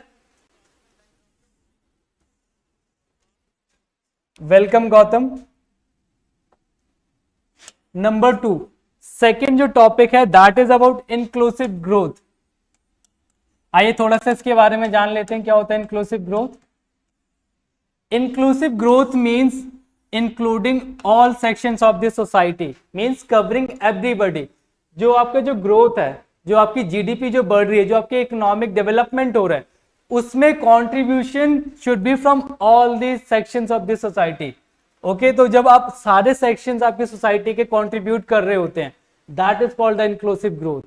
ऑलराइट, इससे रिलेटेड आपके पास ऑप्शंस आते हैं, जैसे कि फॉर एग्जांपल आप कई बार सोचते हैं ना पॉवर्टी रिडक्शन, राइट। इसमें क्यों, जब आप पॉवर्टी रिड्यूस करोगे, जब लोग अपनी बेसिक अमेनिटी से बाहर उठेंगे तो वो लोग फर्दर एबल होंगे कंट्रीब्यूट करने के लिए ग्रोथ में, otherwise they are just burden for the economy, क्योंकि government has to take care of those. For example आप बात करते हैं उस टाइम पे एनवायरमेंट की बात करते हैं, आप एम्प्लॉयमेंट की बात करते हैं, आप रिजर्वेशन के थ्रू जो वो लोग हैं जो एक लेवल पे नहीं है, जो बेयर मिनिमम लेवल पे एग्जिस्ट नहीं करते, उनको उस लेवल पे लाने में हेल्प करते हैं। Okay, that is inclusive growth. उससे रिलेटेड कुछ इश्यूज हैं जो हम देखेंगे। Third is your government budgeting. Again I guess हम लोग ना 2 महीने तक in every year in Feb and Jan सिर्फ 2 ही चीजें पढ़ रहे होते हैं, that is budget and economic survey, right. और वो आइडिया देता है आपके गवर्नमेंट की बजटिंग के, जहां पे गवर्नमेंट डिसाइड करती है, again this is part of your planning, economic development की प्लानिंग में कितना आपके एक्सपेंडिचर होने चाहिए, एक्सपेंडिचर के सोर्सेज क्या होंगे, इनकम क्या होनी चाहिए एंड सोर्सेज क्या होंगे, apart from those like deficit kind of issues भी आप यहीं पर ही डिस्कस करोगे। ठीक है, और कोई doubt? And then we have fourth topic that is major crops and its pattern.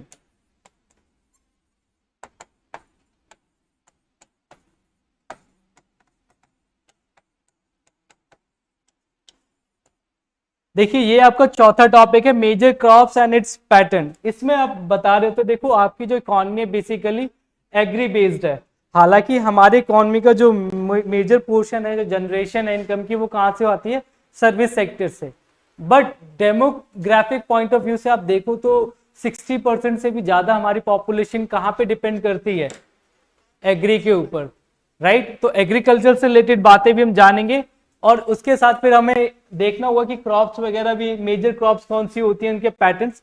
तो एग्रीकल्चर से रिलेटेड टॉपिक्स है, हालांकि इसके फर्दर आप एग्री को देखोगे, बट आपको जानना है हमारे देश में क्रॉप्स कौन कौन सी बनती हैं, क्योंकि उन्हीं क्रॉप से हमारे पास क्या होती है, फूड सिक्योरिटी वगैरह आती है, राइट। इन्हीं क्रॉप्स को उगाने के लिए इनके जो पैटर्न हम फॉलो करते हैं, इनके थ्रू हम लोग इंश्योर करते हैं आप फेमाइन जैसे, या फिर मार्केट में कई बार प्राइस को स्टेबलाइज करने के लिए।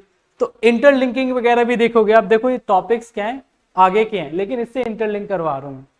आपके पैटर्न क्या होते हैं, मेजर क्रॉप्स क्या होती हैं। फॉर एग्जांपल पैटर्न में हम देखते हैं ना 3, खरीफ, राबी एंड जायद, राइट। इन टाइप की क्रॉप्स को हम देखते हैं। तो कुछ ऐसे टॉपिक्स आप यहाँ डिस्कस कर रहे होगे। अपार्ट फ्रॉम दैट आप ये भी देख रहे होगे कि क्रॉप करने के लिए देखो आपको क्रॉपिंग में चाहिए होती है इरिगेशन। तो हमारे देश का इरिगेशन सिस्टम क्या है, इरिगेशन सिस्टम के साथ साथ हमें ये भी जानना है कि हमारे जो सिस्टम है इरिगेशन का, इसकी टाइप्स क्या है। फॉर एग्जाम्पल हम कैनाल के थ्रू करते हैं, या हम लोग अंडरग्राउंड वाटर को ट्यूबवेल के थ्रू एक्सट्रैक्ट करते हैं, या फिर टैंक्स के थ्रू करते हैं। ये सारे डिस्कशन हम इसी सेक्शन में करने वाले हैं। इसके साथ इरिगेशन भी आता है आपके 4th में, राइट। 5th जो है आपका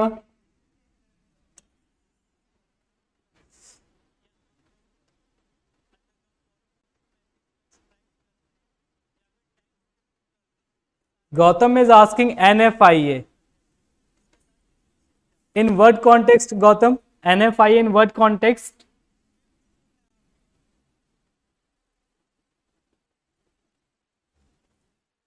तो देखिए fifth topic is about storage,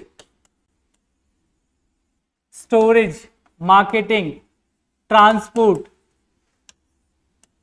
transport of agree product. जो आपने प्रोड्यूस कर लिया क्रॉपिंग वाले सेक्शन में देखा, जो आप प्रोड्यूस कर रहे हो, प्रोड्यूस करने के लिए इरिगेशन वगैरह की जैसी एक्टिविटीज के थ्रू, उसका आप फर्दर प्रोसीड कैसे कर रहे हो उसको,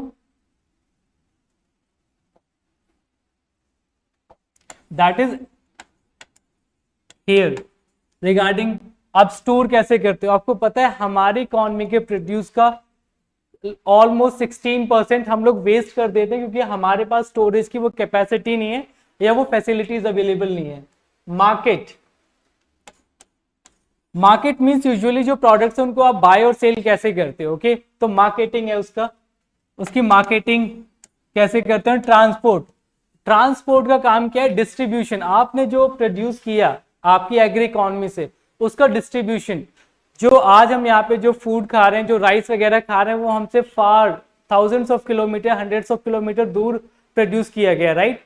और वो ट्रांसपोर्ट कैसे हुआ है, that is here. Gautam, please proceed and do let me know idea in what context you are asking about NFIA.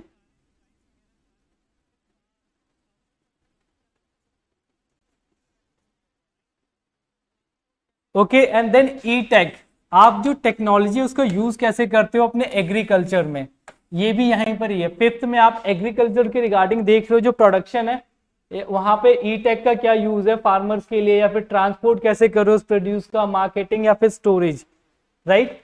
And then we have the sixth,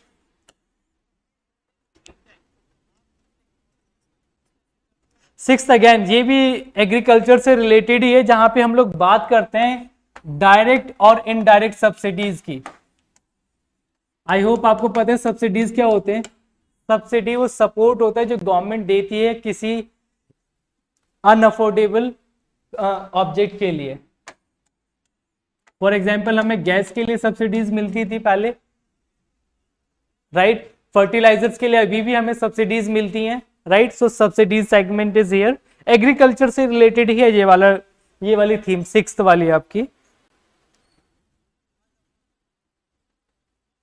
then MSP, MSP minimum support price. आपने जो produce किया उसके लिए आपको correct price मिल रहा है या नहीं, या मिनिमम जो प्राइस मिलना चाहिए जो आप डिजर्व करते हो एज अ फार्मर, वो आपको प्रोवाइड करने के लिए एमएसपी का कॉन्सेप्ट लाएगा। इसमें मिनिमम सपोर्ट प्राइस गवर्नमेंट के थ्रू दिया जाता है। गवर्नमेंट इंश्योर करते हैं कि मार्केट में मिनिमम अगर कोई नहीं खरीदेगा तो एटलीस्ट हम लोग आगे आके इस रेट पर आपसे आपका प्रोडक्शन खरीदेंगे, या आपका जो प्रोड्यूस किया हुआ आइटम है उसको खरीदेंगे, राइट।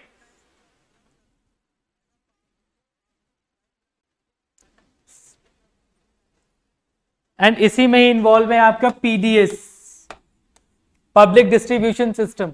आपको पता है हमारी इकोनॉमी जब स्टार्ट हुई, in the beginning of the our economic journey, हमारे साथ एक इशू था। That issue was about shortage of food. हमारे पास शॉर्टेज थी फूड की, हमने ग्रीन रिवॉल्यूशन जैसे एक्शन लिए, राइट। हमने फूड की शॉर्टेज का प्रॉब्लम को सॉल्व कर दिया। नेक्स्ट चैलेंज हमारे पास आया कि जो फूड प्रोड्यूस हो गया वो प्रॉपरली सही जगह पर, राइट प्लेस पर, राइट टाइम तक पहुंचाया जाए। डिस्ट्रीब्यूशन का इशू आया, राइट। तो डिस्ट्रीब्यूशन में क्या, ट्रांसपोर्ट चैनल है, पीडीएस जैसे कॉन्सेप्ट्स के थ्रू हमने डिस्ट्रीब्यूट किया। एंड अल्टीमेटली जो चैलेंज था अफोर्डेबिलिटी का था, उसके लिए हमारे पास नेक्स्ट है, हम देखेंगे वो भी। तो देखो PDS means public distribution system. यहाँ पे ऑब्जेक्टिव, फंक्शनिंग, लिमिटेशन एंड आपका पर्पस क्या, पीडीएस करने का, प्रॉपरली डिस्ट्रीब्यूट करने का। आपने प्रोड्यूस तो कर लिया बट कहीं पे फेमाइन है या कहीं पे शॉर्टेज है फूड की, वहां तक पहुंचाना पीडीएस के थ्रू, ओके। तो और इसका ऑब्जेक्टिव क्या था, ये फंक्शन कैसे करता है पीडीएस का, प्रॉपर सिस्टम क्या है, इसके अलावा इसको आप कैसे इंप्रूव कर सकते हो, रिवैम्पिंग कैसे कर सकते हो, that is here. Then buffer stock maintain करना, मतलब मिनिमम लेवल ऑफ स्टॉक आप इमरजेंसी के लिए, अनफोर्सीन कंडीशन के लिए मेंटेन करते हो, उसके बारे में आपको जानना, ओके। ये भी इसी के अंदर आता है। आपके जो प्रोडक्शन हुआ, आपने क्या किया, पहले इकोनॉमी को जाना, इकोनॉमी के बाद उसमें ग्रोथ, इंक्लूसिव ग्रोथ को, then government budgeting, then crops वगैरह कैसे प्रोड्यूस होती हैं, क्रॉप्स के बाद जो प्रोड्यूस हो गया उसको कैसे मैनेज करना है आगे through storage, transportation and marketing, और फिर उसकी मार्केट में और उसको आगे ही उससे रिलेटेड इश्यूज थे direct indirect subsidies and then MSPs, PDS and buffer stock. Now tech missions क्या होते हैं, इसी में involve and technology missions. Okay, ये इंप्रूव करने के लिए हैं आपके, ठीक है, जैसे कि ऑयल सीड वगैरह से रिलेटेड प्रोग्राम आते हैं, आप हाइब्रिड सीड्स वगैरह डेवलप करते हो फॉर मोर यील्डिंग के लिए, या फिर आप ड्रिंकिंग इंश्योर करते हो, टेलीकॉम इंश्योर करते हो, ये सारे टेक मिशन का सेगमेंट है, हम लोग करेंगे आगे। एग्री के बाद एक और इंपॉर्टेंट थीम है आपके पास, that theme is about food processing. देखिए ये अपने आप में एक बहुत बड़ा सेक्टर है फूड प्रोसेसिंग इंडस्ट्री का। आपको पता है आपकी इकोनॉमी का 30% सेक्शन यही कवर करता है जो आपका प्रोड्यूस है उसका फूड प्रोसेसिंग वाली एरिया। तो फूड प्रोसेसिंग में आपको लगता होगा कि जस्ट पिकल या फिर टोमेटो सॉस लाइक दैट, नहीं, इसके अलावा आप देखो ना हमारे पास जो एडिबल ऑयल्स होते हैं, या जो हम मिल्क प्रोड्यूस या पनीर जैसे प्रोडक्ट्स वगैरह यूज करते हैं, कर्ड जैसे प्रोडक्ट यूज करते हैं, ये सारे फूड प्रोसेसिंग के ही सेक्शंस हैं आपके, जहां पे आप क्या करते हो, आपके जो प्राइमरी लेवल पे प्रोड्यूस प्रोडक्ट हैं उनको आगे प्रोसेस करके उनका क्या करते हो, उनका फॉर्म चेंज कर देते हो, राइट, उनका यूसेज चेंज कर देते हो और उनकी लाइफ भी इंक्रीज कर देते हो, राइट, उनके वेरियस यूसेज जनरेट करते हो, फूड प्रोसेसिंग इंडस्ट्रीज। और इस इंडस्ट्री से रिलेटेड, इस इंडस्ट्री में स्कोप देखिए आज की डेट में हम लोग मेगा फूड पार्क की बात करते हैं, क्यों, क्योंकि स्टिल इस इंडस्ट्री में बहुत सारा पोटेंशियल अभी बाकी है जिसको हमने अभी एक्सप्लॉइट नहीं किया है, और हम लोग इससे भी अपने इकोनॉमिक डेवलपमेंट को फर्दर बूस्ट कर सकते हैं, इसीलिए हम लोग बात करते हैं इसकी इंडस्ट्री की, राइट। एंड देन इसकी लोकेशन कहाँ होनी चाहिए इंडस्ट्रीज की, जहां इजीली रॉ मटेरियल मिले, जहां मार्केट इजीली अवेलेबल हो, ऐसे इस मामले में डिस्कस करना है हमें इस कॉन्टेक्स्ट में। And then up streaming and down streaming, ये दो वर्ड्स ना बड़े इंपॉर्टेंट है, इन दो वर्ड्सों को भी देख लेते हैं हम लोग, इन दो शब्दों को।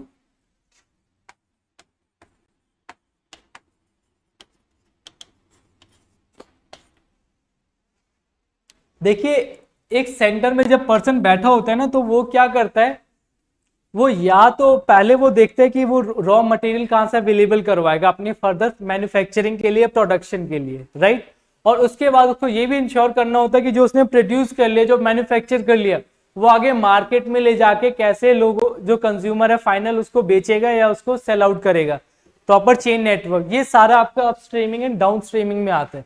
आप बैकएंड में भी इंश्योर कर रहे होते हैं कि आपको प्रॉपर रॉ मटेरियल, लेबर जैसी चीजें सप्लाई होते हैं on time at correct price, and आप फर्दर भी ये भी प्लान कर रहे होते हो, सोच रहे होते हो कि आप मार्केट में कैसे अपने प्रोड्यूस को सेल करोगे, रेवेन्यू जनरेट करोगे। Up streaming and down streaming. Supply chain management, supply chain management means जहां से आपका एक रॉ मटेरियल स्टार्ट होता है, वहां से उसकी जर्नी फाइनल प्रोडक्ट बनकर डिस्ट्रीब्यूटर के थ्रू फाइनल कंज्यूमर तक जाना। ओके, देन लैंड रिफॉर्म्स, हमने it's 7th topic is land reforms.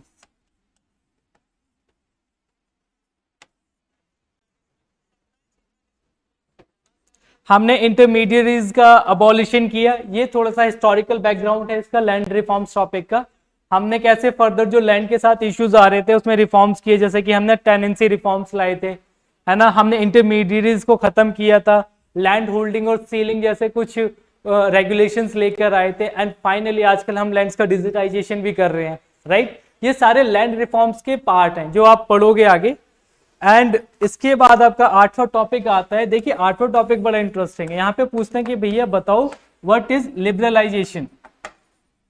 Means आपने इकोनॉमी को फ्रीडम दी, अपने इकोनॉमिक जो सिस्टम है उसको फ्रीडम दिया, उसका इम्पैक्ट क्या आया, उसका इम्पैक्ट आया हमारे पास फर्दर क्या आई, फर्दर हमारे पास इन्वेस्टमेंट्स आई एफडीआई की फॉर्म में, मार्केट में प्राइवेट सेक्टर का रोल बढ़ा, राइट, और बेटर क्वालिटी के प्रोडक्ट्स मिलने लगे हम लोगों को, हमारी इकोनॉमी ग्रो हुई, इम्पैक्ट ऑफ लिबरलाइजेशन। देन एक और चीज कहता है यही topic, that is industrial policies. हमने time to time various industrial policies issues की, ताकि हम प्रॉपरली मार्केट को रेगुलेट कर सकें या डिफाइन कर सकें रूल्स एंड रेगुलेशन। एंड इन दोनों का further impact on our growth. कौन सी ग्रोथ? Industrial growth. ये आपका टॉपिक है, इस थीम को ध्यान से समझना। 8th थीम बताती है कि लिबरलाइजेशन का इम्पैक्ट क्या है, आपके इंडस्ट्रियल पॉलिसीज का क्या रोल रहा, और इन दोनों का रोल आपके इंडस्ट्रियल ग्रोथ पे क्या रहा, कहां हम लैके रहे, कहां पे हमने अचीव किया। ये आपका 8वां पॉइंट है। Sir what is GDP, what is GNP? Okay, I'll tell you, please give me some time, Vivek. Let me finish this, I'll tell you. So the 9th is your infrastructure. See, उसके बाद जो 9th and 10th, 9th is infrastructure. ये भी आपका syllabus देखिए, आप connect करके देखिए। आपने प्रीवियसली डिस्कस किया ट्रांसपोर्ट, आपने डिस्कस किया मार्केटिंग आपके प्रोड्यूस के लिए, वहां पे इंफ्रास्ट्रक्चर काम करता है। इंफ्रास्ट्रक्चर्स मींस वो सारे स्ट्रक्चर्स, कंस्ट्रक्शंस या फॉर्मेशन जिसके थ्रू आपकी economic activities smoothly, efficiently, in a better way run होती हैं, ऑपरेट होती हैं। फॉर एग्जांपल, आपको ट्रांसपोर्ट करने के लिए अच्छे रोड्स चाहिए, पार्ट ऑफ इंफ्रास्ट्रक्चर। अच्छे पोर्ट्स चाहिए, एयरपोर्ट्स चाहिए आपको, राइट। इसके अलावा रेलवे लाइंस चाहिए आपको नेटवर्क, अच्छे नेटवर्क लाने के लिए घर पे 4G या 5G फाइबर ऑप्टिक्स चाहिए, नेटवर्क टावर चाहिए, पार्ट ऑफ इंफ्रास्ट्रक्चर। पाइपलाइन चाहिए पानी के लिए या गैस के लिए, part of infrastructure. Okay, now my question to you people, is gas cylinder part of infrastructure और not?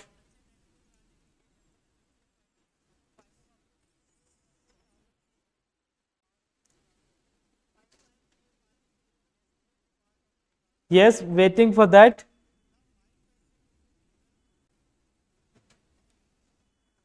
This is question for you as a homework. Do think about it, okay? And we'll meet later on. Then you can discuss this segment, that is gas cylinder part of infrastructure or not? And then the last part of your syllabus is investment model. अगर आपने economics को define किया है कभी ना कभी, या समझा कि इकोनॉमिक्स होती है, तो आपको पता होगा हमारे पास लिमिटेड रिसोर्सेज होते हैं, राइट। सिमिलरली गवर्नमेंट के पास भी लिमिटेड रिसोर्सेज हैं किसी काम को करने के लिए। कई बार इसीलिए काम डिलेड हो जाते हैं क्योंकि गवर्नमेंट का फंड या रिसोर्स नहीं होते करने के लिए। देन इस केस में हम लोग क्या करते हैं, गवर्नमेंट के साथ कोलैबोरेट करते हैं। हम means being a private people. इस वे में वेरियस इन्वेस्टमेंट मॉडल हैं ताकि हम अपने इकोनॉमी को, अपने इकोनॉमिक सिस्टम को डेवलप कर पाएं, जिसमें सबसे कॉमन एक लेमन लैंग्वेज वाला पर्सन भी जानता है, पीपीपी, यानी पब्लिक प्राइवेट पार्टनरशिप, जहां पे गवर्नमेंट और प्राइवेट पीपल एक साथ आकर बड़े बड़े डेवलपमेंटल प्रोजेक्ट्स को कंडक्ट करते हैं। तो ये 10 थीम्स थी। अब आप जब भी पढ़ोगे ना, आप इंटरकनेक्ट कर सकते हो इन सारी चीजों को, ओके। और इनके थ्रू ही आपने जो भी बुक पढ़ रहे हो, स्टडी मटेरियल, उसमें इन चीजों को देखकर ही आपने स्टडी करनी है। Now it will be easy for you guys to crop the topics from the various study materials. Now somebody asked me GDP and GNP. Person is Vivek Kumar. Sir, GDP and GNP very simple. मान लीजिए ये आपका देश है, ठीक है। अगर ये आपका देश है, इस देश के अंदर बहुत सारे लोग हैं, रफली 140 करोड़ लोग कहते हैं कि इंडियंस ही हैं, ओके। इस देश के अंदर और भी बहुत सारे लोग होंगे, 140 करोड़ से ज्यादा। ये सारे लोग 1 ईयर में जो गुड्स एंड प्रोडक्शन करते हैं, इसकी वैल्यू आज की डेट में हम मानते हैं इंडिया के केस में 3.5 ट्रिलियन डॉलर है। यही मानते हैं ना कि 3.5 ट्रिलियन है। तो ये क्या हो रहा है, इस बॉर्डर के अंदर हम लोग इतनी वैल्यू की गुड्स और सर्विसेज बना रहे हैं। जितने भी लोग हैं, नो मैटर वो इंडियन मतलब भारतीय इंसान है, बांग्लादेशी, भूटानी, नेपाली, पाकिस्तानी या फिर एनी अदर नेशंस, लेकिन अगर वो देश के अंदर, इंडिया के अंदर प्रोडक्शन कर रहा है, यहाँ पे काम करके इन गुड्स एंड सर्विसेज को प्रोड्यूस करने में कंट्रीब्यूट कर रहा है, then that is called GDP, means gross domestic production. मतलब हमारे देश, डोमेस्टिक बोले तो इस वर्ड का होता है डोमेस्टिक। डोमेस्टिक मतलब होता है हमारे देश का बॉर्डर। अगर ये हमारे देश का बॉर्डर है, इस बॉर्डर के अंदर जितने भी लोग हैं, नो मैटर वो सिर्फ भारत के ही हैं या बाहर के हैं, सब मिलके जो प्रोडक्शन कर रहे हैं गुड्स एंड सर्विसेज का, उसकी वैल्यू को कहते हैं जीडीपी। अब हमारे देश में क्या है, बाहर के बहुत सारे लोग आके भी तो काम कर रहे हैं, वो भी तो कंट्रीब्यूट कर रहे हैं ना, लेकिन वो भारतीय नहीं है, वो इंडियन नहीं है, तो ये है जीडीपी। अब क्या करते हैं हम, जो जीडीपी है इसको फिल्टर करके क्या लेकर आते हैं, नेशनल। नेशनल बोले तो नेशनल मतलब only Indians production, only Indians production, मतलब वो लोग जो सिर्फ इंडिया के हैं, मतलब जो बाहर के लोग हैं उनका कंट्रीब्यूशन अलग कर दो, जो बांग्लादेश से आए लोग उन्होंने कंट्रीब्यूट किया बॉर्डर के अंदर, उनका अलग कर दो, ठीक है। जो बाहर का जो भी कंट्रीब्यूशन उसको अलग करके स्कैन करके फिल्टर करके, जो सिर्फ हम इंडियंस, ये वाले इंडियंस जो सिर्फ 140 करोड़ मान लेते हैं, जो सिर्फ इन लोगों ने किया, सिर्फ इंडियंस ने किया, उसको हम कहते हैं जीएनपी। इतनी बात क्लियर है विवेक? जीडीपी एंड जीएनपी में सिर्फ मैटर करता है कि आपके बॉर्डर के अंदर, आपके देश के अंदर क्या प्रोडक्शन हुआ, जीडीपी। आपके देश के लोगों ने कितना प्रोडक्शन किया, GNP, gross national production. Is this clear Vivek? Is this clear? GDP means with in your country's territory, देश के अंदर कितने लोगों ने प्रोड्यूस किया, एंड जीएनपी आपके देश के लोगों ने कितना किया। अब डिफरेंस देखिए, आपके देश के लोगों ने कितना प्रोडक्शन किया, जीएनपी नेशनल वाला है, और जीडीपी आपके देश की बाउंड्री। तो जीडीपी में क्या मैटर करता है, जीडीपी में मैटर करता है बॉर्डर, एंड जीएनपी में मैटर करता है इंडियन, ठीक है। जीएनपी बात करोगे तो आप बात करोगे इंडियंस ने क्या प्रोड्यूस किया, और जीडीपी की बात करोगे तो देश के बॉर्डर के अंदर कितना प्रोड्यूस हुआ। इन दोनों में डिफरेंस को ही जीडीपी एंड जीएनपी के डिफरेंस की तरह समझा जा सकता है। I hope this is clear. So guys, can we wind up now? Need your permission.